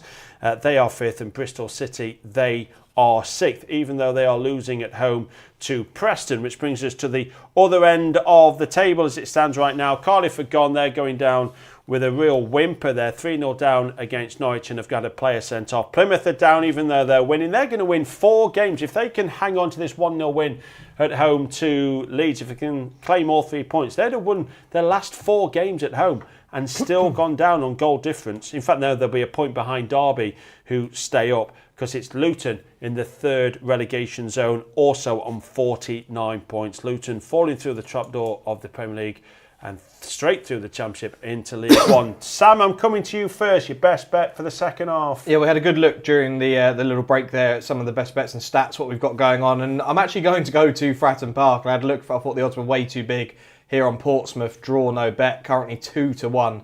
I think it's a really fair price. Even Portsmouth to win at 17-2 looks fairly big. I mean, they're going to be attacking, like I say, the Fratton end this half. There have been plenty of shots. Portsmouth had 6 shots. Only 1 on target, mine, but there have been a decent amount of shots in the game there at Fratton Park. Could get live in the second half. Like I say, Hull probably will want that second goal to try and just secure themselves out of the relegation zone, but Portsmouth will still go on the attack. Like I say, put a shot on for the fans. I just want to give a quick mention, if I can, to someone who's watching the show, but one of my good friends, Oliver Setchell, who is a massive Ports fan and has just had his first child and has named it Colby.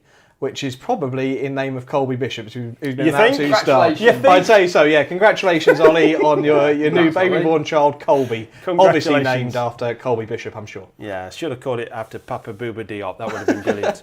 Wardrobe. Right, yeah. The Man Mountain. What's your best bet for the second half? My best bet is in the Bristol City versus Preston game. I've just gone for Bristol City to win the match. Come that full 90 minutes. I've got them at 6-1 at the moment. Obviously, Preston are 1-0 up. Preston, with a win, avoid relegation. But I think as well at the moment, with Luton losing, that they avoid relegation regardless if they draw or lose.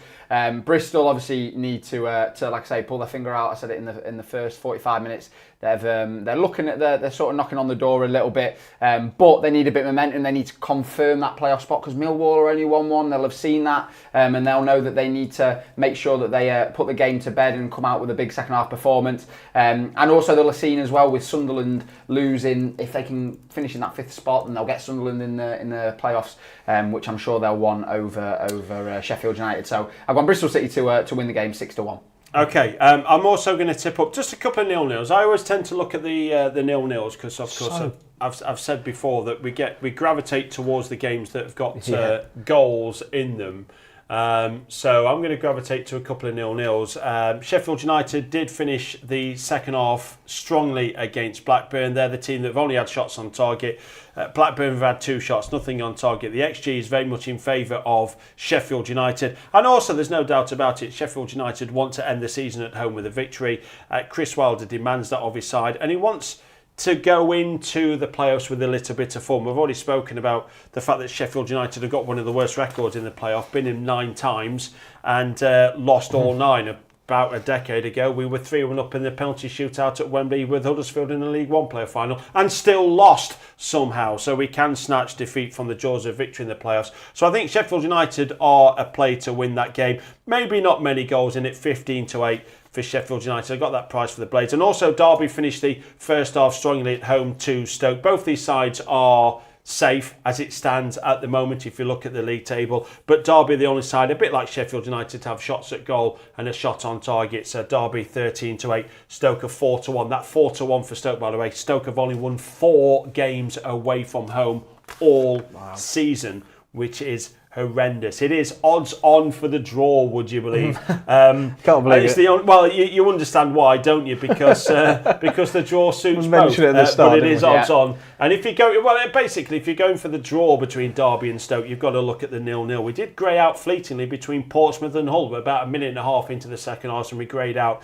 Portsmouth are 15-2, around that price to win. Hull have had a pretty good first half, 4-11, but Hull no. I mean, let's have a look. There have at been the plenty table. of shots, like I say. Just quickly, while you look at that, Gav, can I just speak to Jack just with regards to Plymouth Leeds? I've got a feeling here either this will be really tight and edgy towards the back end of this half, and it could end up 1-1, or I think Leeds could just come out and romp this half. What do you make of this second half? Well, I'm hoping the latter of what you've just said. But as we all know, it's never that simple with Leeds. Although we are on the attack here, and it looks like it's going to run out of play, so that was short-lived. I mean, listen, I'm hoping it's going to be we come out and romp the second half and go 3-4-1 and finish the season as champions. But I think, Sam, unfortunately, you could be right. It could be quite a cagey game, and I think we might pip it 2-1. I'm going to put up a big price because I think there's one in the offing here and they should already be leading. But just quickly back to Leeds. At least, even if you lose, you're going to go up. Yeah. And the Leeds fans who have made that enormous journey down to Plymouth, it's a nice city, Plymouth. Absolutely. And on a nice May evening, your final, with the greatest respect, your final, it's not Watford away, is it? Listen, last night, It's all Plymouth. You can over have a nice- my Twitter was videos of an absolute belter of a night by the looks of it. Eddie Gray singing March Correct. Together, leading the Right. chants, and I was a little bit of FOMO, I'll be honest. So it's not really, like you say, it could be a lot worse. We could be at Luton. Correct. So, you could be final away at Stoke. but also, how beautiful would it be to be crowned champions down there On with the south coast? on It's the lovely south down coast, there, let me sun tell you. shining. Willie Nonto's cutting in here. Can we do something, Willie? No, you can't. You're 6-5, by the way, Leeds, to win this game. Just to let you know. So it's actually a really fair price, considering you were 4s on to win this game at the start of the game. I mean, there's only 45 minutes obviously remaining. What are we but to win the overall championship? we'll have a look at that. We'll see if we can get our production We'll have team a just to look. update and have a look at the outright got odds for the 1-2. league. But 2-1 on at the moment, so nothing too much has changed. Can you find me a price on Millwall So in fact, I've got it. It's around 19-4. Millwall are really taking the game to Burnley. Now, Burnley are 11-10. Burnley have not lost at home in the Championship for a very long time. In fact, do you want a stat? Well, they've also not conceded You love more a than stat. I do like a more than stat. one goal all season in any game. So Burnley, last time they lost at home to Millwall was back in 2012. Do you want to know who scored for Millwall that day? Jed Wallace. No. Oh, what a player, ex-Bumpy. 2012, the last time Millwall won at Burnley was in 2012. They won by 3-1. Who scored one of the goals for Millwall that day? In 2012. Go on. Harry Kane. Wow. Oh, there you There go. you are, you see. 19-4. Thank you very much. 19-4 for Millwall. Every single time I look up, Millwall are on the attack and giving it a go. And Millwall have hit a little bit of form. I think they could be a play. It would just be the most ironic thing for Burnley that they lose one game at home all season and it's the final game of the season. I just think it could happen every single time. And they should be 2-up already, Millwall. I think Millwall are a play there. I mean, as you're giving me a superb stat, it could be that there's drama at Bramall Lane. There's a goal for Blackburn currently. There's a big goal there, Gav, for your team losing now. I did say that they could be vulnerable at the start of the game. Sheffield United obviously potentially resting players ahead of the playoffs, but Blackburn, a big goal for them there. I like how you said it's a big goal for my team when it's the absolute complete opposite. Sorry, By the way, just to let you know that at the minute I tipped up Millwall, Burnley went on the attack. They did. 3-2, through ball from Hannibal, but a save. Yeah, so it's a Blackburn goal. are into the playoffs, by the way. They are now in 6th place currently, Blackburn, and they sit there, so they will be having to play Sheffield United potentially again in less than a week's time. Bristol City, what are you playing at? I can't believe what is going on. Where? We said I there'd thought be you a were going bit to of go drama. Delia Smith there. Where are you? I'll be honest with you, I didn't think the drama would be in the playoffs. I thought the drama would be the relegation, and it's looking more likely that it's more towards top table. Is Leeds putting the ball? Any danger? It's a bit of a goal scramble. Solomon, can we? We can't find a shot on goal. Although Bogle, my God, it's pinball. Pinball in the Plymouth box at Plymouth. Yeah, nothing's come from it, unfortunately. It's all going off in the playoffs at the top of the table. It's exciting. Pretty sure the first leg will be away as well. Is that right? Am I right in saying that for Sheffield United? Yes, I think it is. they're away the they first leg. will play at Ewood Park where they won by 2-0 earlier this season. As I said, Blackburn have got a very poor record away at Sheffield United. And indeed, if you think back to the FA Cup last year, was it a couple of seasons ago? I think it was last season. No, it was seasons before in the Championship.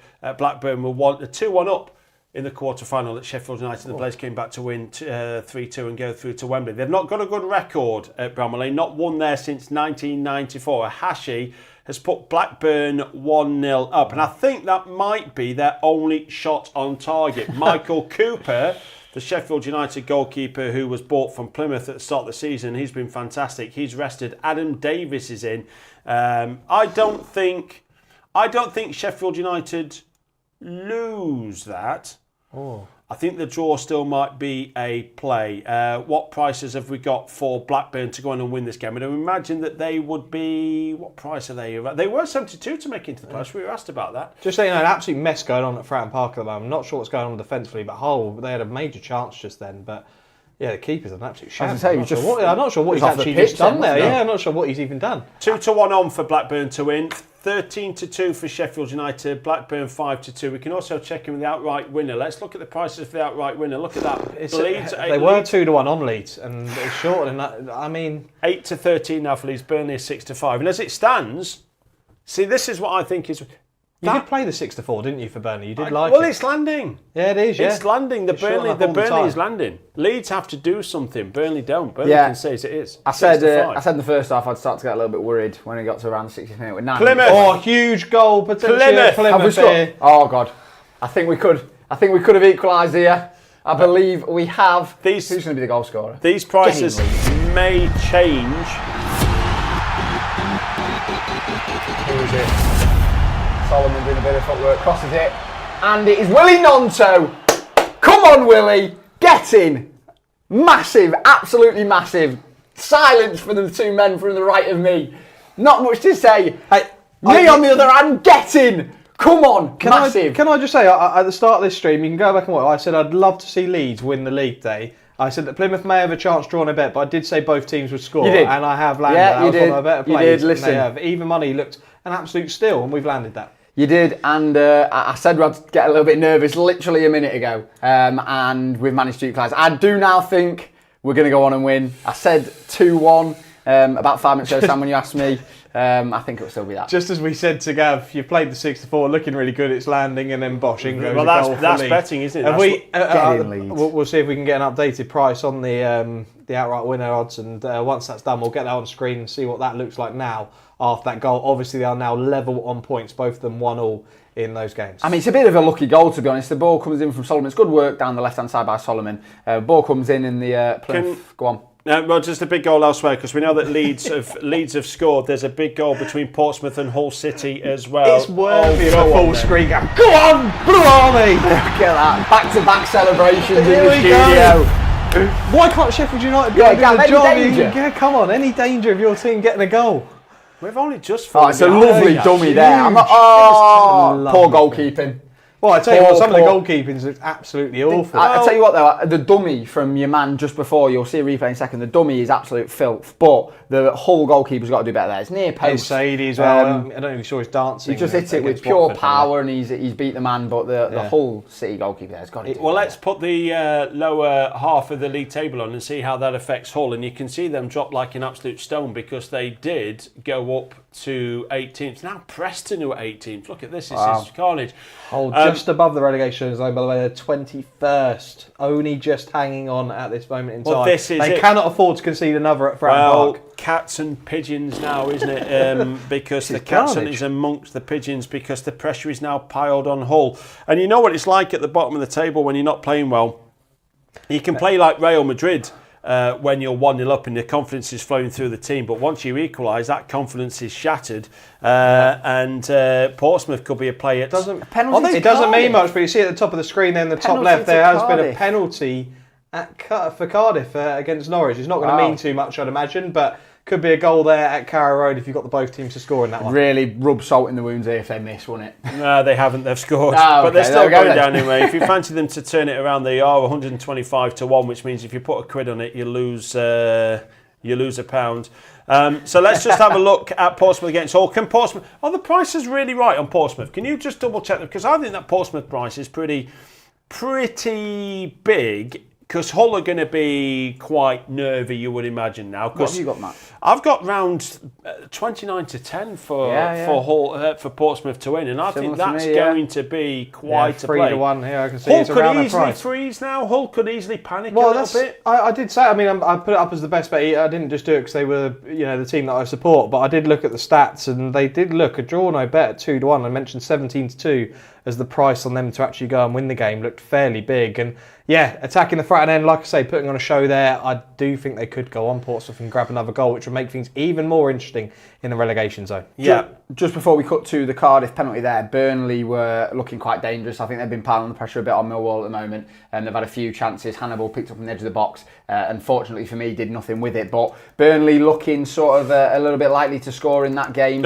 I'm hoping that doesn't happen. If there was any hope for Luton Town, it's just been extinguished with a fourth goal for West Brom. The fact of the matter is now that Hull can afford to lose at Portsmouth and still stay up, because the goal difference for Luton is going to go to -25 in play. Hull's goal difference is -10, so Portsmouth will have to win 17-1 for Luton to stay up. And somehow, I've seen some remarkable things in football. I'm not going to see that. So Hull can afford to lose. It's going to be Luton Town who are going down. Swansea have retaken the lead at home to Oxford. That will be Swansea moving up to 63 points. They'll break into the top 10. There's goals going in everywhere at this moment in time. But West Brom have basically condemned Luton Town into the third tier of football. It's amazing, Luton, because Luton have risen up from the lower regions of English football to get to the Premier League, and very quickly, like coming down the other side of a mountain, they're now going down the other side, and they can be back in League One. Are you saying that Luton are definitely? if Hull lose. Well, if Hull lose, they'll go to 48. Actually, that's right. Yeah, you will.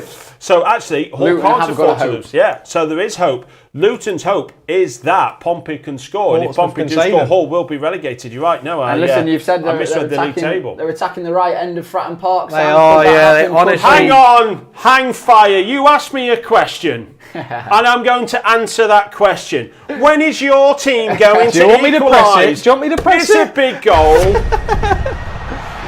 Listen, it's about time.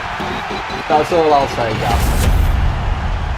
Sheffield United have equalised at home to There's the goal. Blackburn Rovers. Looking at it, and it's Anel Akmahodzic at the back post who has scored at the Cop end of Bramall Lane. So it is Sheffield United 1, Blackburn 1. That's not a big goal for Sheffield United in terms of, it's a big goal for our final day live ACCA because we're all level now, so it could go. I mean, just Do you believe in miracles? If people didn't see it, it is up on screen there.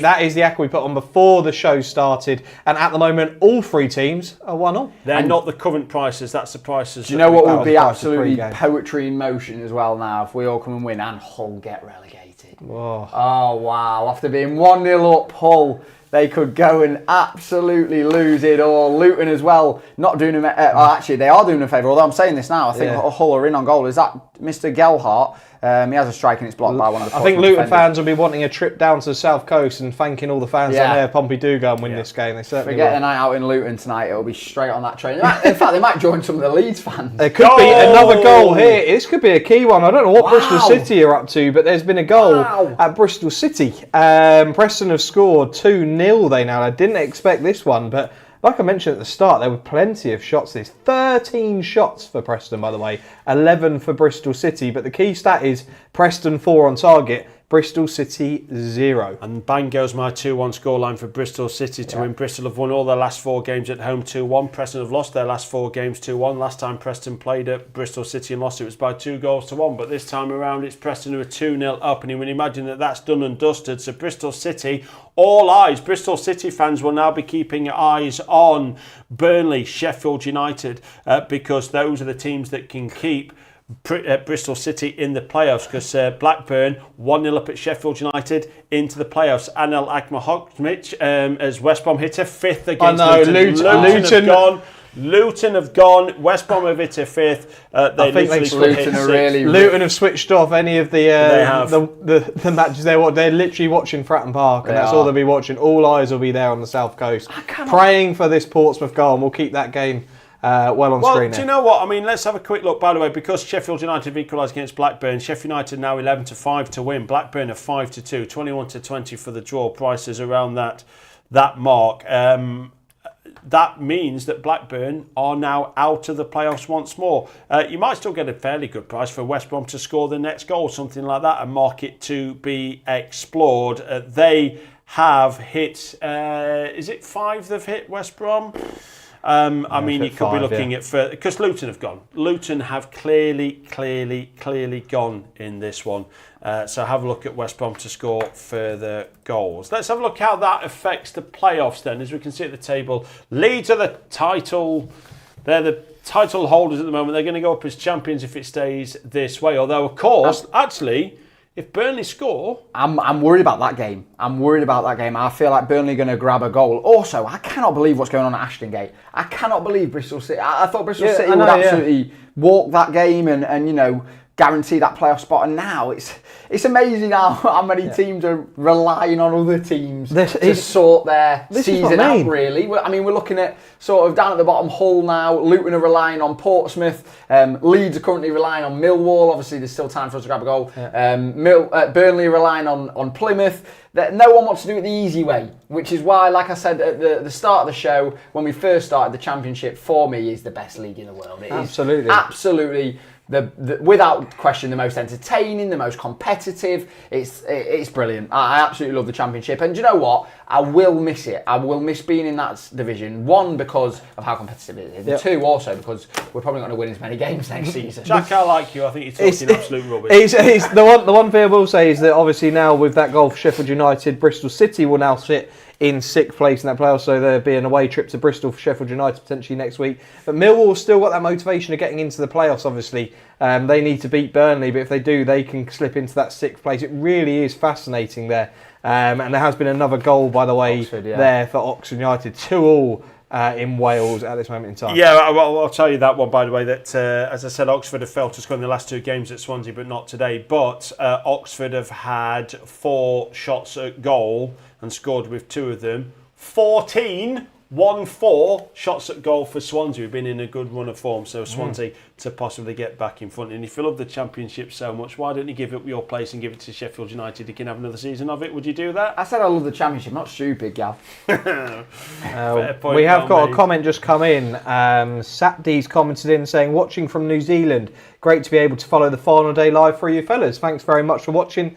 An international angle, watching from New Zealand. Love to know who Satdi actually supports if he does support a Championship side. Or could be Nottingham Forest with Chris Wood. Yeah, it could Tanaka's just... a shot has just appeared for Taka and he slipped and he's absolutely bottled it. Do get in touch. Of course, whatever your bets are, please do be gamble aware.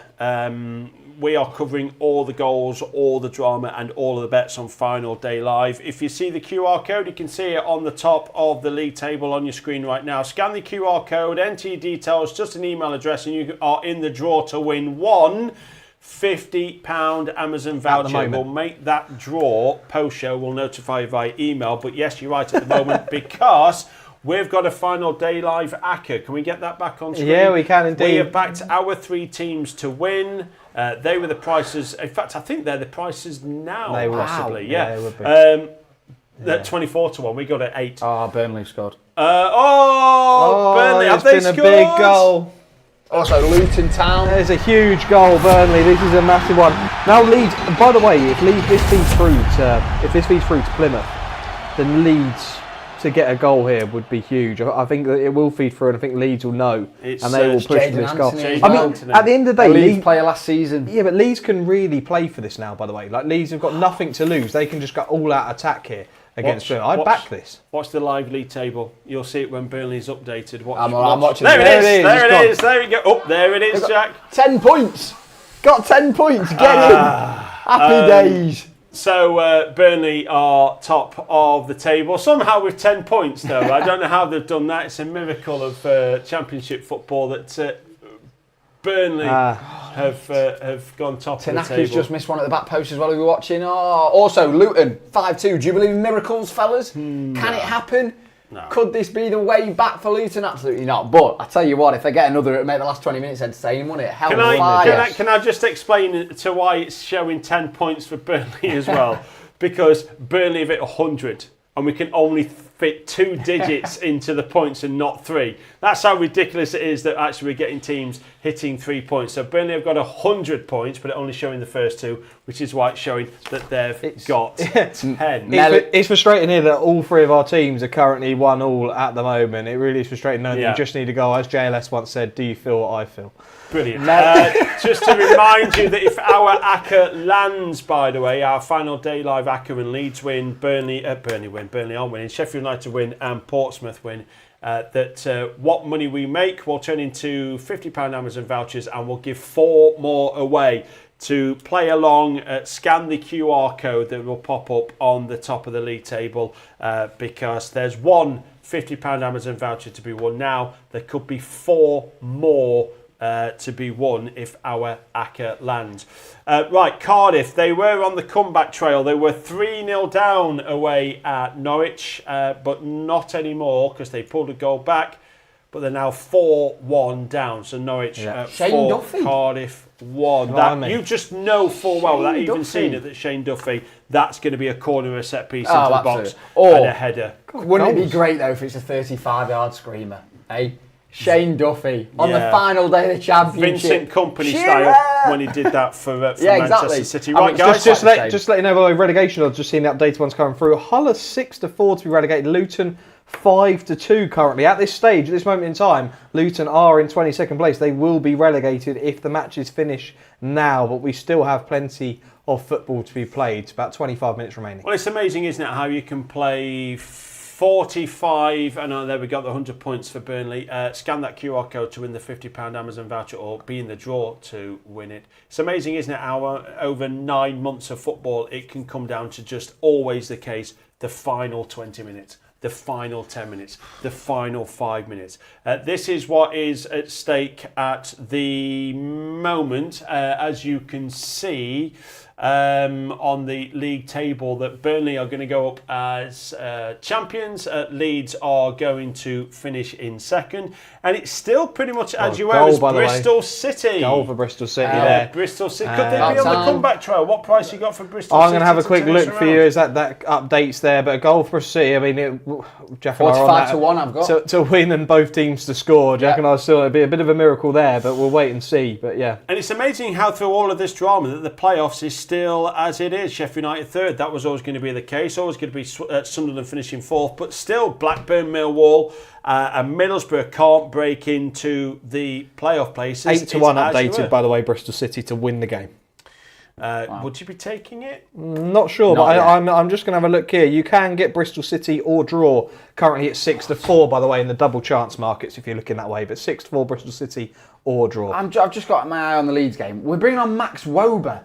Are we aware we need a goal? I'm not sure if Daniel Farke's aware of how football works, but currently Burnley are winning the title, and for a super sub, bringing on Max Wober. I'm not quite sure what you're playing out there, Farke. You're questioning your manager ahead of a Premier League campaign next season. Well, will he be the manager? Do you think he will?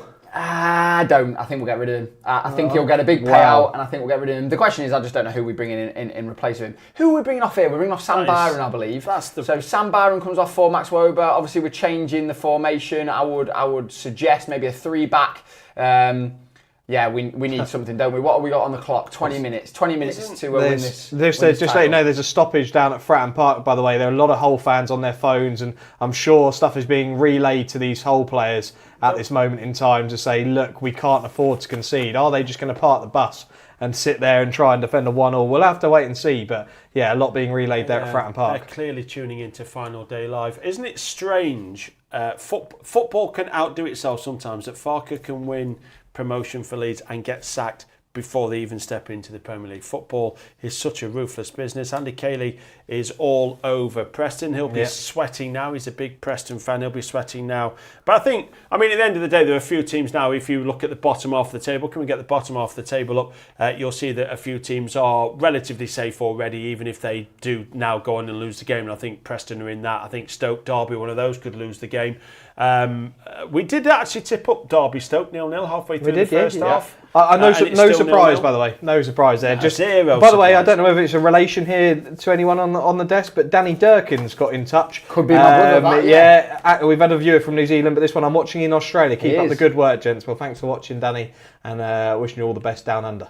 Yeah, absolutely. What's going to happen? In fact, I'm going to come to you guys for your best bets. I'm going to give you 30 seconds to find your best bets.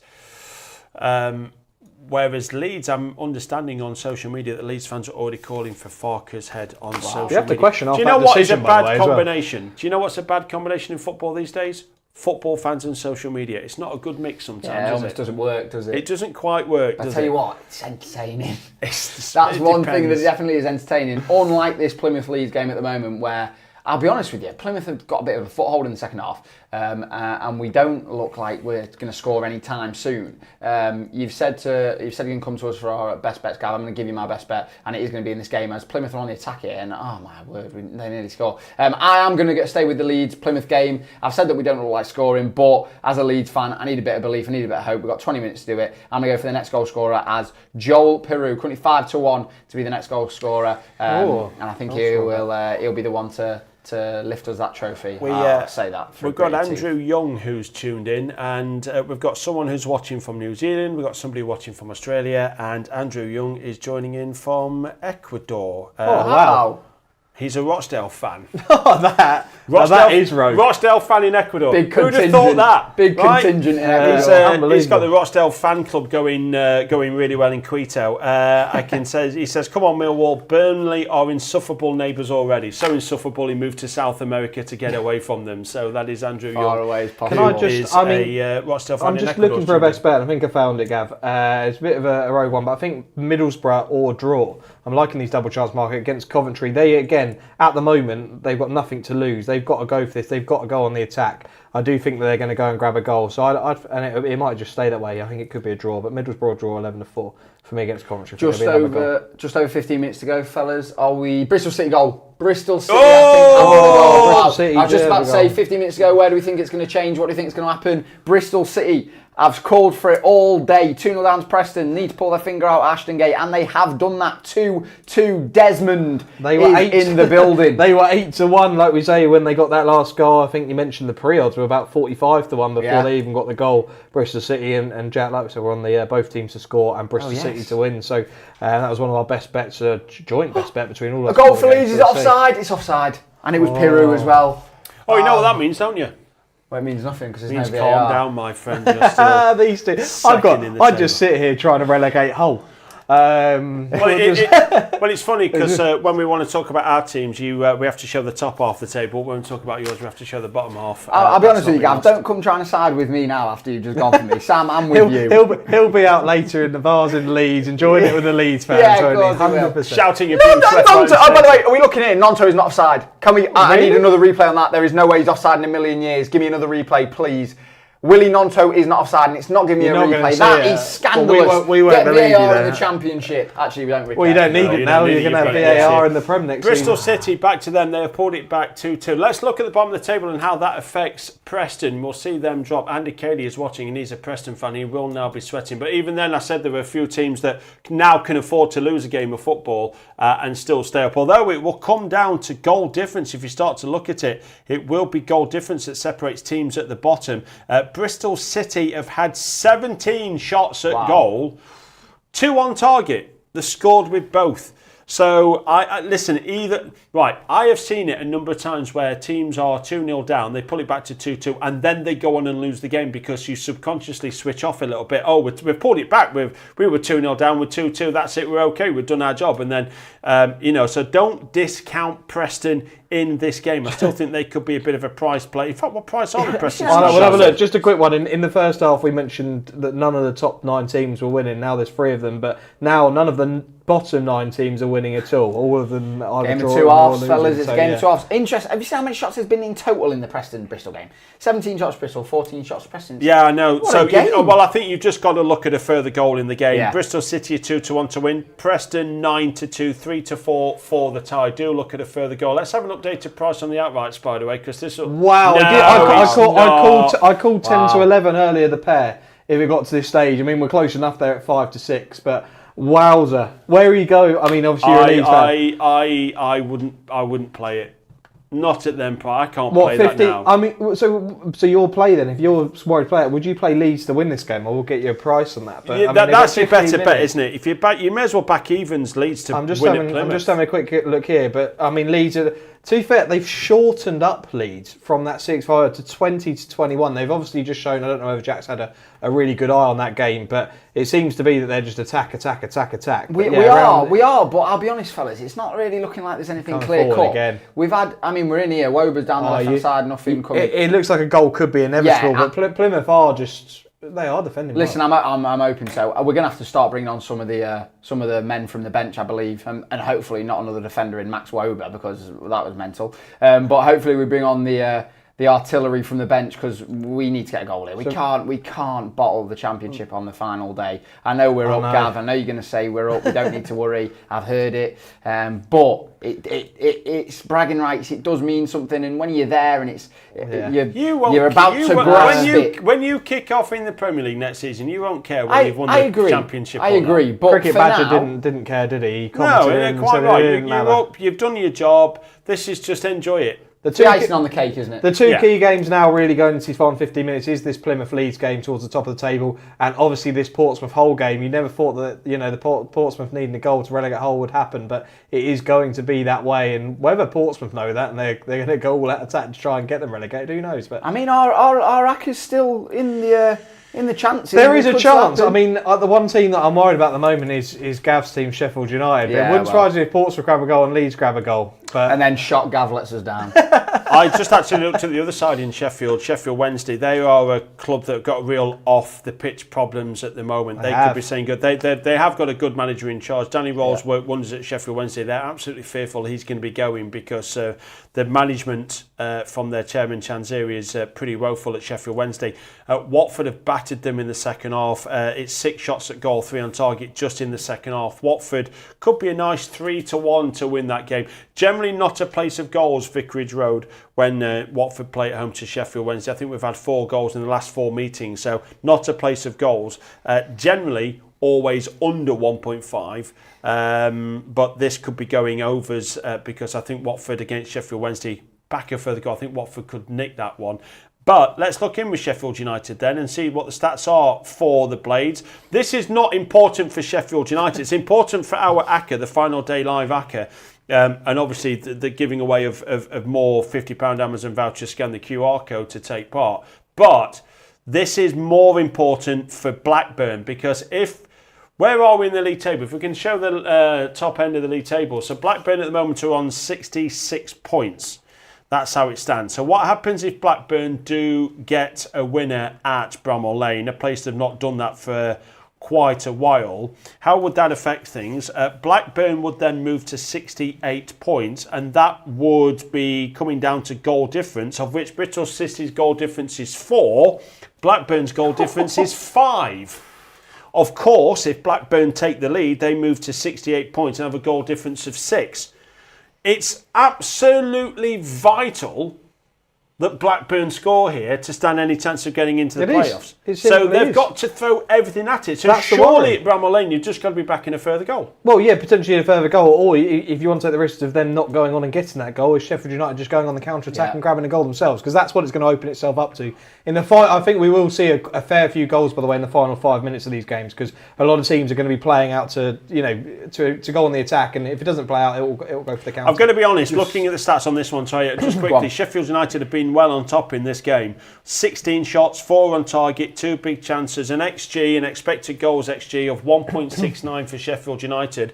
For Blackburn Rovers, it's 0.3. So second half stats alone, Sheffield United have had 11 shots at goal, 3 on target as their... is that the Hull keeper who claims the ball? It is. Yeah.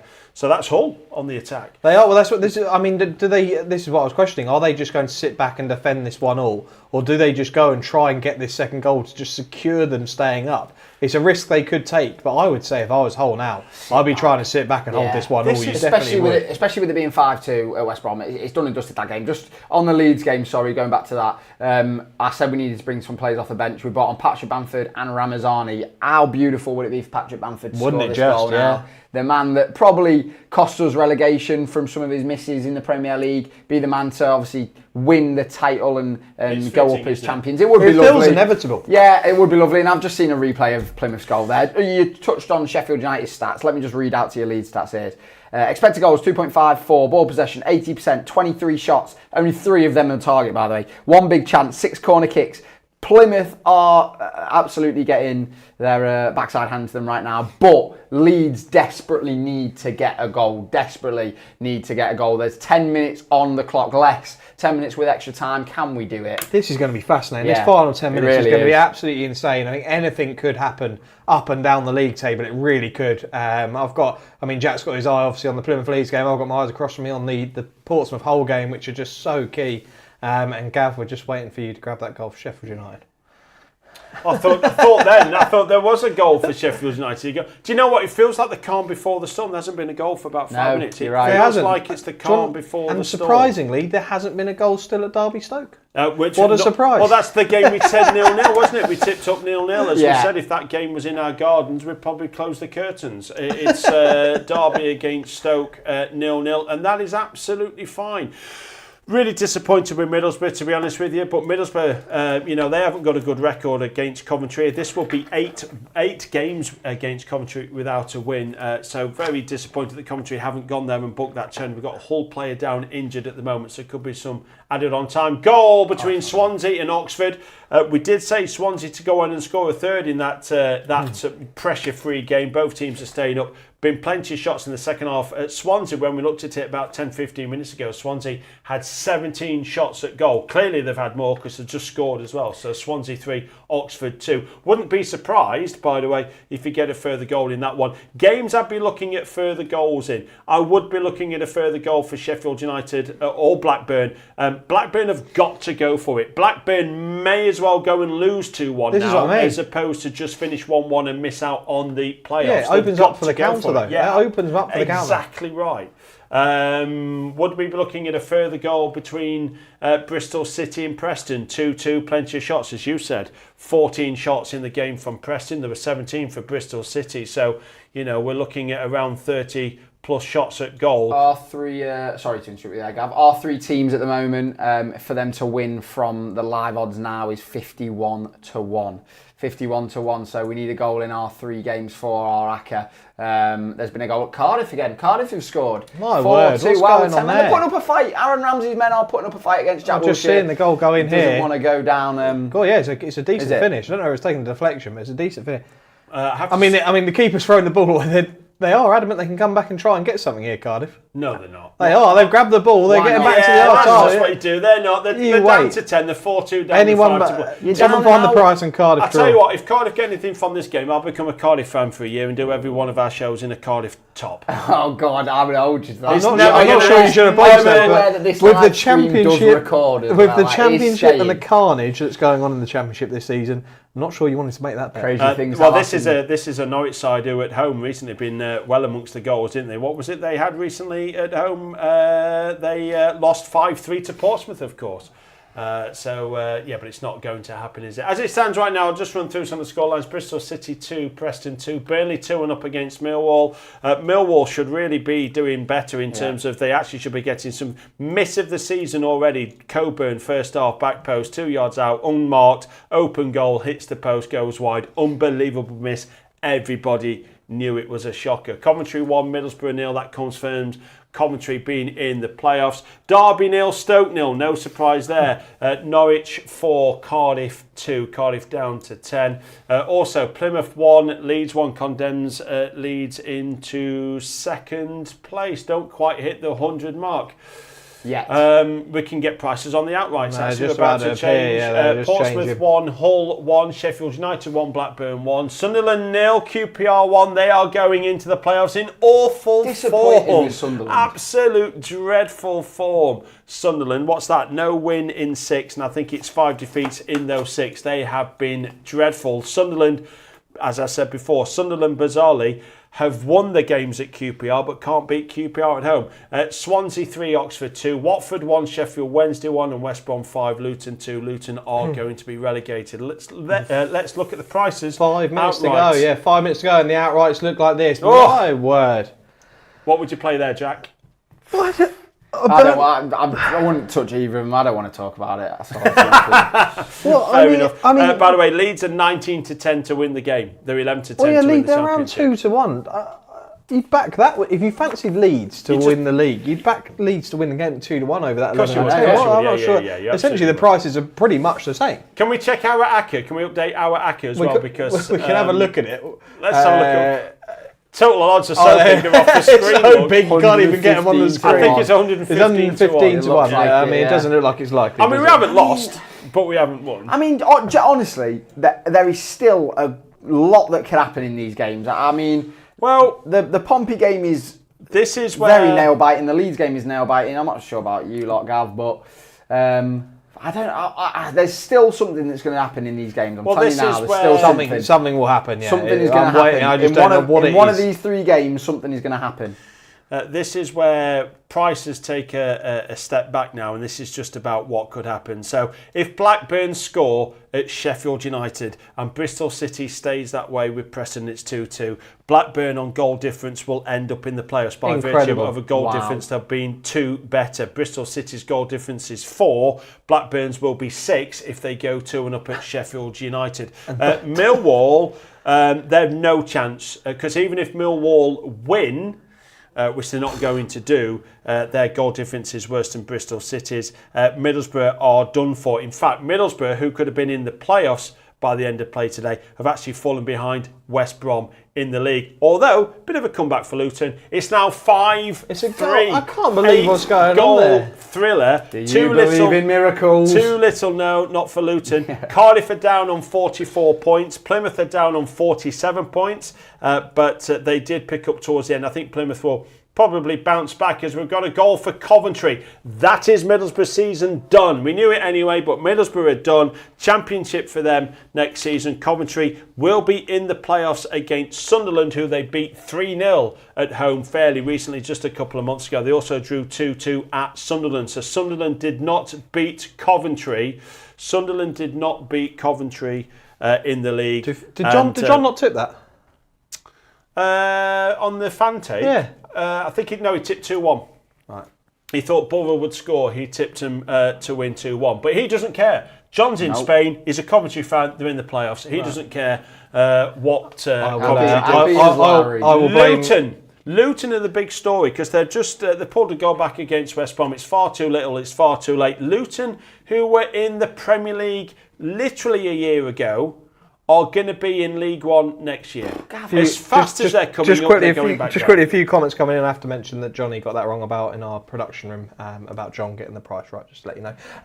But Johnny's commented in saying the show's great. Are we doing any more? Yes, we'll be live for the final day of the Premier League. That's Sunday, May 25th. Am I right? You took a leap there, didn't you? I think I did, yeah. You went there, didn't you? I think I got a bit of stick. Final day of the Premier League, we are live. And Ashley Corinne said, come on Leeds, champions again, not second place again.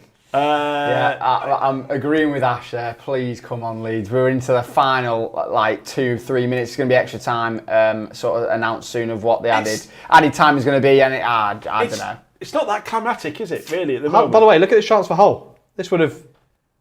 I'm going to be honest, right? Wow.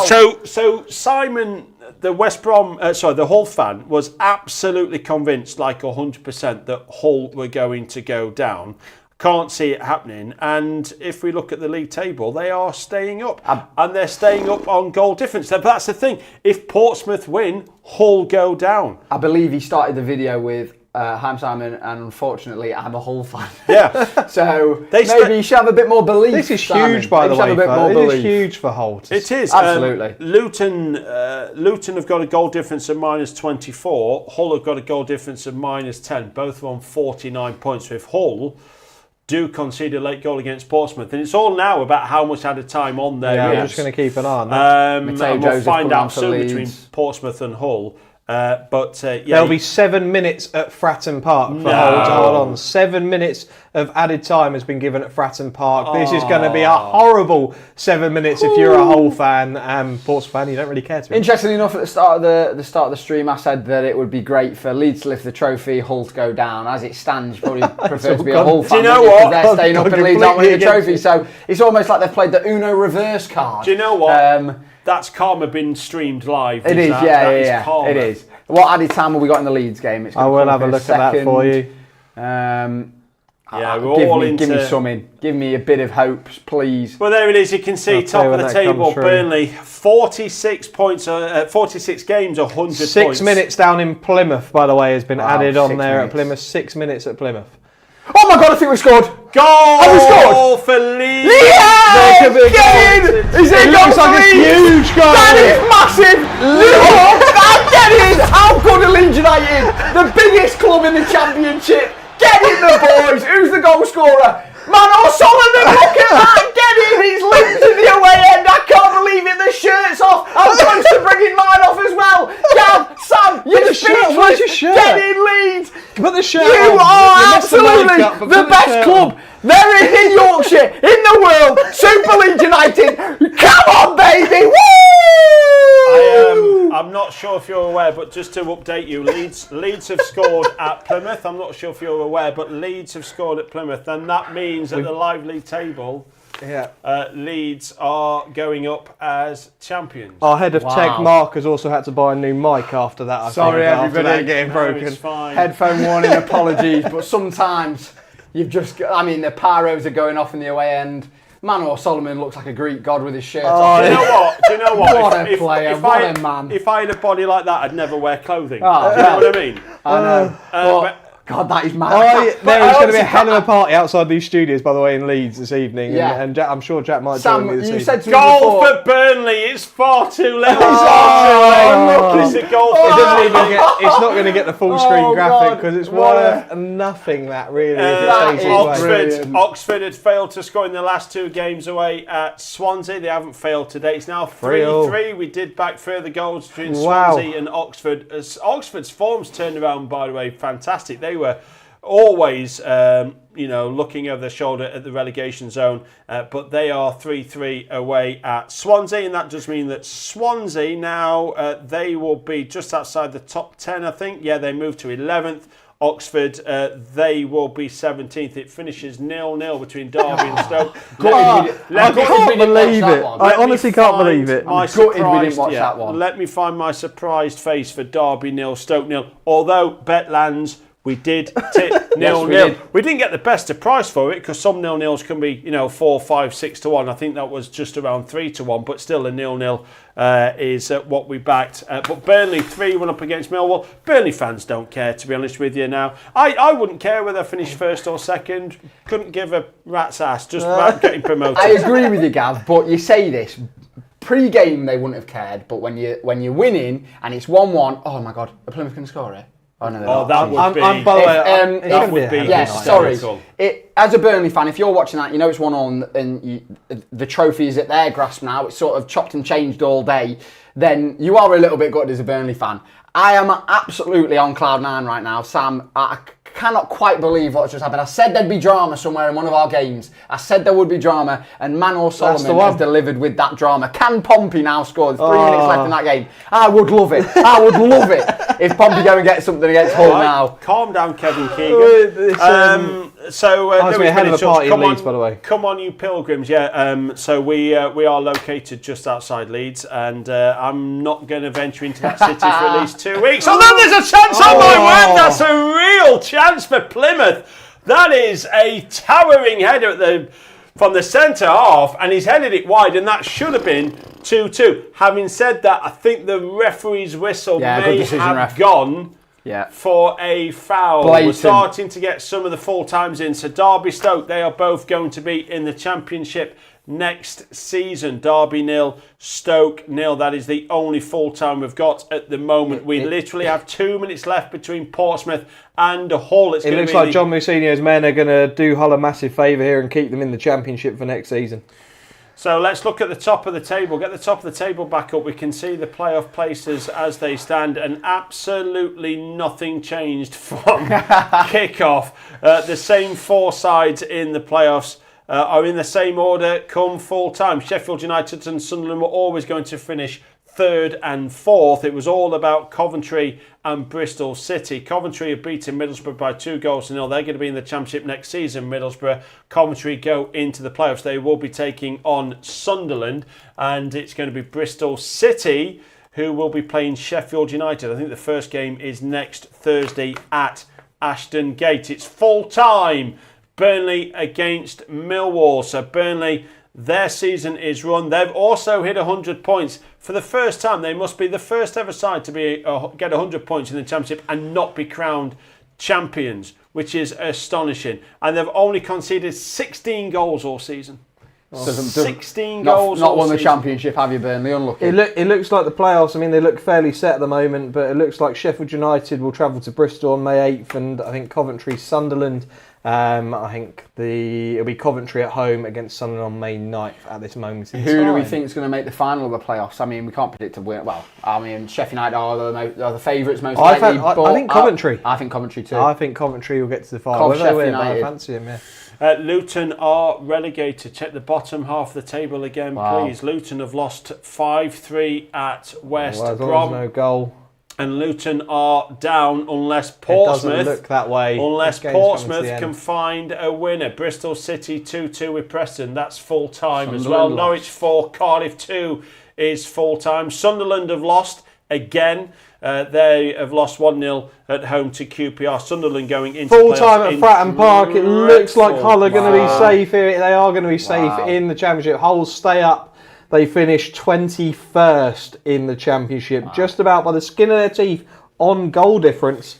They will stay up. Luton will be heading down. On Sheffield United, Blackburn, because if Blackburn score, they go into the playoffs. I know we spoke about Bristol City being in the playoffs, but Blackburn, they have to find a winner at Bramall Lane. I've said it before, it's a place they've not won for many years. The Premier League was 1 year old the last time Blackburn won at Sheffield United, 1994. Let's have a look how much time is added on at Bramall Lane. Surely there can't be many. There's 8 minutes and we're into the 9th minute now. So at any time, Sheffield United will be finishing at home to Blackburn with a goal for Blackburn. Draw. A goal for Blackburn would put them sick. Yeah. Coventry and Middlesbrough is done and dusted in terms of, yes, we're still playing in that game, but it's just finished actually. Coventry 2, Middlesbrough 0. Middlesbrough 8 games without a win now against Coventry, a very poor record. They were probably the last team that Middlesbrough wanted to play away at to try and get into the playoffs. Not Coventry, we're dreadful against them. It's both yours and my side who are still playing at the moment. You're not, you're crown champions at Plymouth. Super Leeds United. Get in. Give me a shirt and I'll hold it up as a well done. If you throw it, in fact, no, keep the camera on me, please. I'm going to hold the shirt up because I don't trust. There you go. In a moment of Yorkshire friendship. Super Leeds. Well done. Yeah? Yeah. Does anyone want the... Don't do it. No. Don't do it. No one. Look at that. That's what I'm dealing with, people. That's what I'm dealing with. The bitterness. So Sheffield United won. It'd be up that we are. Well done, matey. You deserved it. You are the best team. I tell you what, it's a stressful 90 minutes. That I thought it was going to be plain sailing. Also, Daniel Farke's sat on the bench. I think he knows that he's not in the Premier League next season, doesn't he? Do you think that discussion's happened? The fact he's sat there like that. I reckon so. We've just won the Championship. The title winners, and Daniel Farke's not celebrating the team. He's sat on the bench. That picture speaks 1,000 words. By the way, sorry, Sam. Quickly. We said about there was that extra time in Sheffield United game. That's still going on. You said 6 minutes in the 100th minute. 10th, yeah. Sorry, I'm all flustered. 100th minute. Leeds. It's finished. There we go, it's finished. Leeds were meant to play 96 minutes, went to 99 minutes. So that last 3 minutes, I think I was silent for a little bit. I was biting my nails, I was a little bit nervous, but the scenes on our TV now are Leeds celebrating, and rightly so. When Portsmouth won League One last season, every single one of the players ended up in the city that night. Can you imagine this lot will be out in Leeds this evening? Well, they won't get back till about 1 a.m. Oh, that's true, yeah. Actually, no, they'll make it back. They could be out. They'll go out in Plymouth. They'll go out on the south coast with all the boys in Plymouth. They make it back. On Monday, we've got an open top bus parade, so that'll be when they celebrate. Can we please confirm? Get that down. Can we please confirm? Super Leeds United. Play the full time. Come on, let's get it out there. We are full time.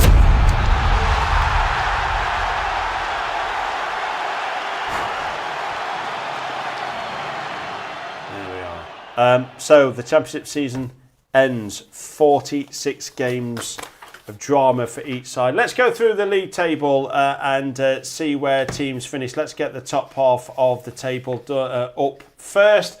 And there it is. Leeds are crowned champions.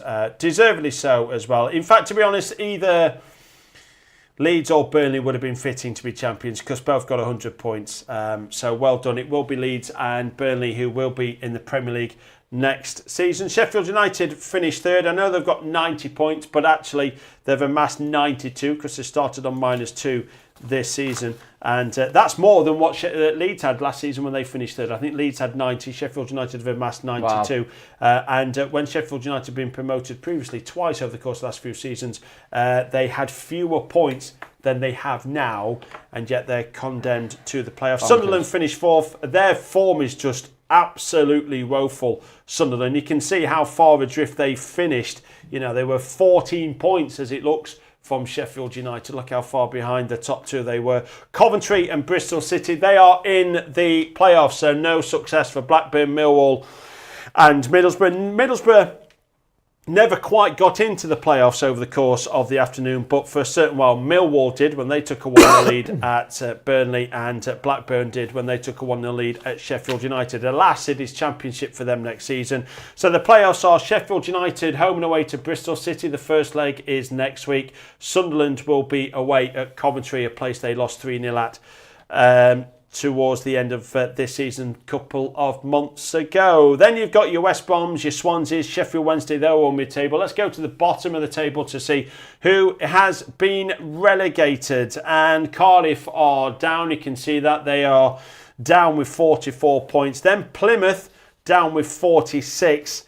And Luton, that is the shocker. Luton have been relegated. Hull, they have stayed up on goal difference. Goal difference has kept Hull in the Championship. What drama. What unbelievable, wasn't it? Drama. I'm just seeing the scenes of Leeds and Farker. He stood at the back of all the celebrations, just sort of cuddling people that come over to him. They'll be on a coach back, I think it could be a farewell, that, folks. I think that could be a farewell. Our ACCA, the final day live ACCA did not land, sadly. We let the ACCA down. Your team came through to win it, so therefore there is no further £50 Amazon vouchers to be won. There is just the one. There is the ACCA, finished with odds of 115 to 1. Which, that's how the game ended. As I said, if you put a quid on it, you lost a quid, basically. In the final minutes, that wouldn't have been worth it. Yeah. Bet backs, by the way, says great show, guys. Leeds are champions. Yeah, that's right. Bet backs, they are. Yes, we are. Can we just put the league table back up on screen just fleetingly so people get a chance to scan the QR code one final time? Do scan that code to win a £50 Amazon voucher. Scan it. It will take you through to a website. On that website, put your email address, submit it, read the terms and conditions. The T's and C's are there. We will pick a winner and notify you by email that you've won a £50 Amazon voucher. Get those emails in now because it's your final chance to do so. Although I say final chance, we're going to be doing this again in a few weeks' time for the final day of the Premier League season. That is all about those European places. We know that Liverpool have won. We know that Leicester and Ipswich and Southampton have gone down. So it's all about kind of your Newcastles, your Aston Villas, your Nottingham Forest, who can get into the European places. So we will be back for May the 25th for the final day of the Premier League season. Guys, it's been a pleasure. Thank you, Sam. Yeah, no, look, it's been a fantastic end of the day season. I mean, it felt more relaxing for me as a Portsmouth fan knowing that we had a better end to the season and we stayed up. We were well clear towards the back end of the year. So I think we've had a good season. John Mousinho has done a great job. He's a young manager. I think we'll be a top half team next season. I think we'll get the investment going forward. I think we will be a top half team. Colby Bishop can keep himself fit.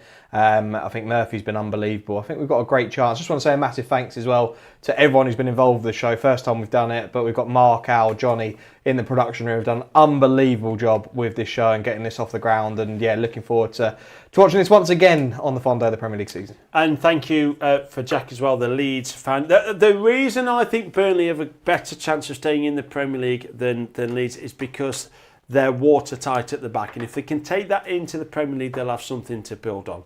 That's how Sheffield United did it a few years ago when we went up. We did it because we turned a lot of 0-0s into 1-0s, and that's what you have to do. If you go out there to try and score 4 to put a team away because you're conceding 5, it's like running uphill. So that's why I think Burnley will stay up if it stays as it is right now. But of course, over the course of the summer, it's about the investment made in the team, both on and off the pitch. And you know what? If Leeds do increase Ellen Road to 53,000 and get that investment in, and you stay up for a season or two, you should be up there for quite a while. I also agree with what you're saying about Burnley, but the difference is next season they're not going to have the top goal scorer of Joel Piroe. It's going to be a top goal scorer of Erling Haaland, Mohamed Salah, Alexander Isak, and the list will go on. And it'll probably be difficult for us as well to stay up. It's going to be difficult for everyone that goes up to stay up. Maybe your boys will join us in Burnley. But yeah, thoroughly enjoyed this, gents. Obviously, a bit of a mad final day. We expected it, we called it, it delivered. Leeds are going up as champions. What a fantastic day. I can't wait for the Premier League final day. Exactly, and that's a great note to finish on. Thank you for watching. Thank you for getting in touch. We've had people watching from not just England, but all around the world. So thank you for watching. And Final Day Live is back for the final day of the Premier League on May the 25th. Until then, gamble responsibly.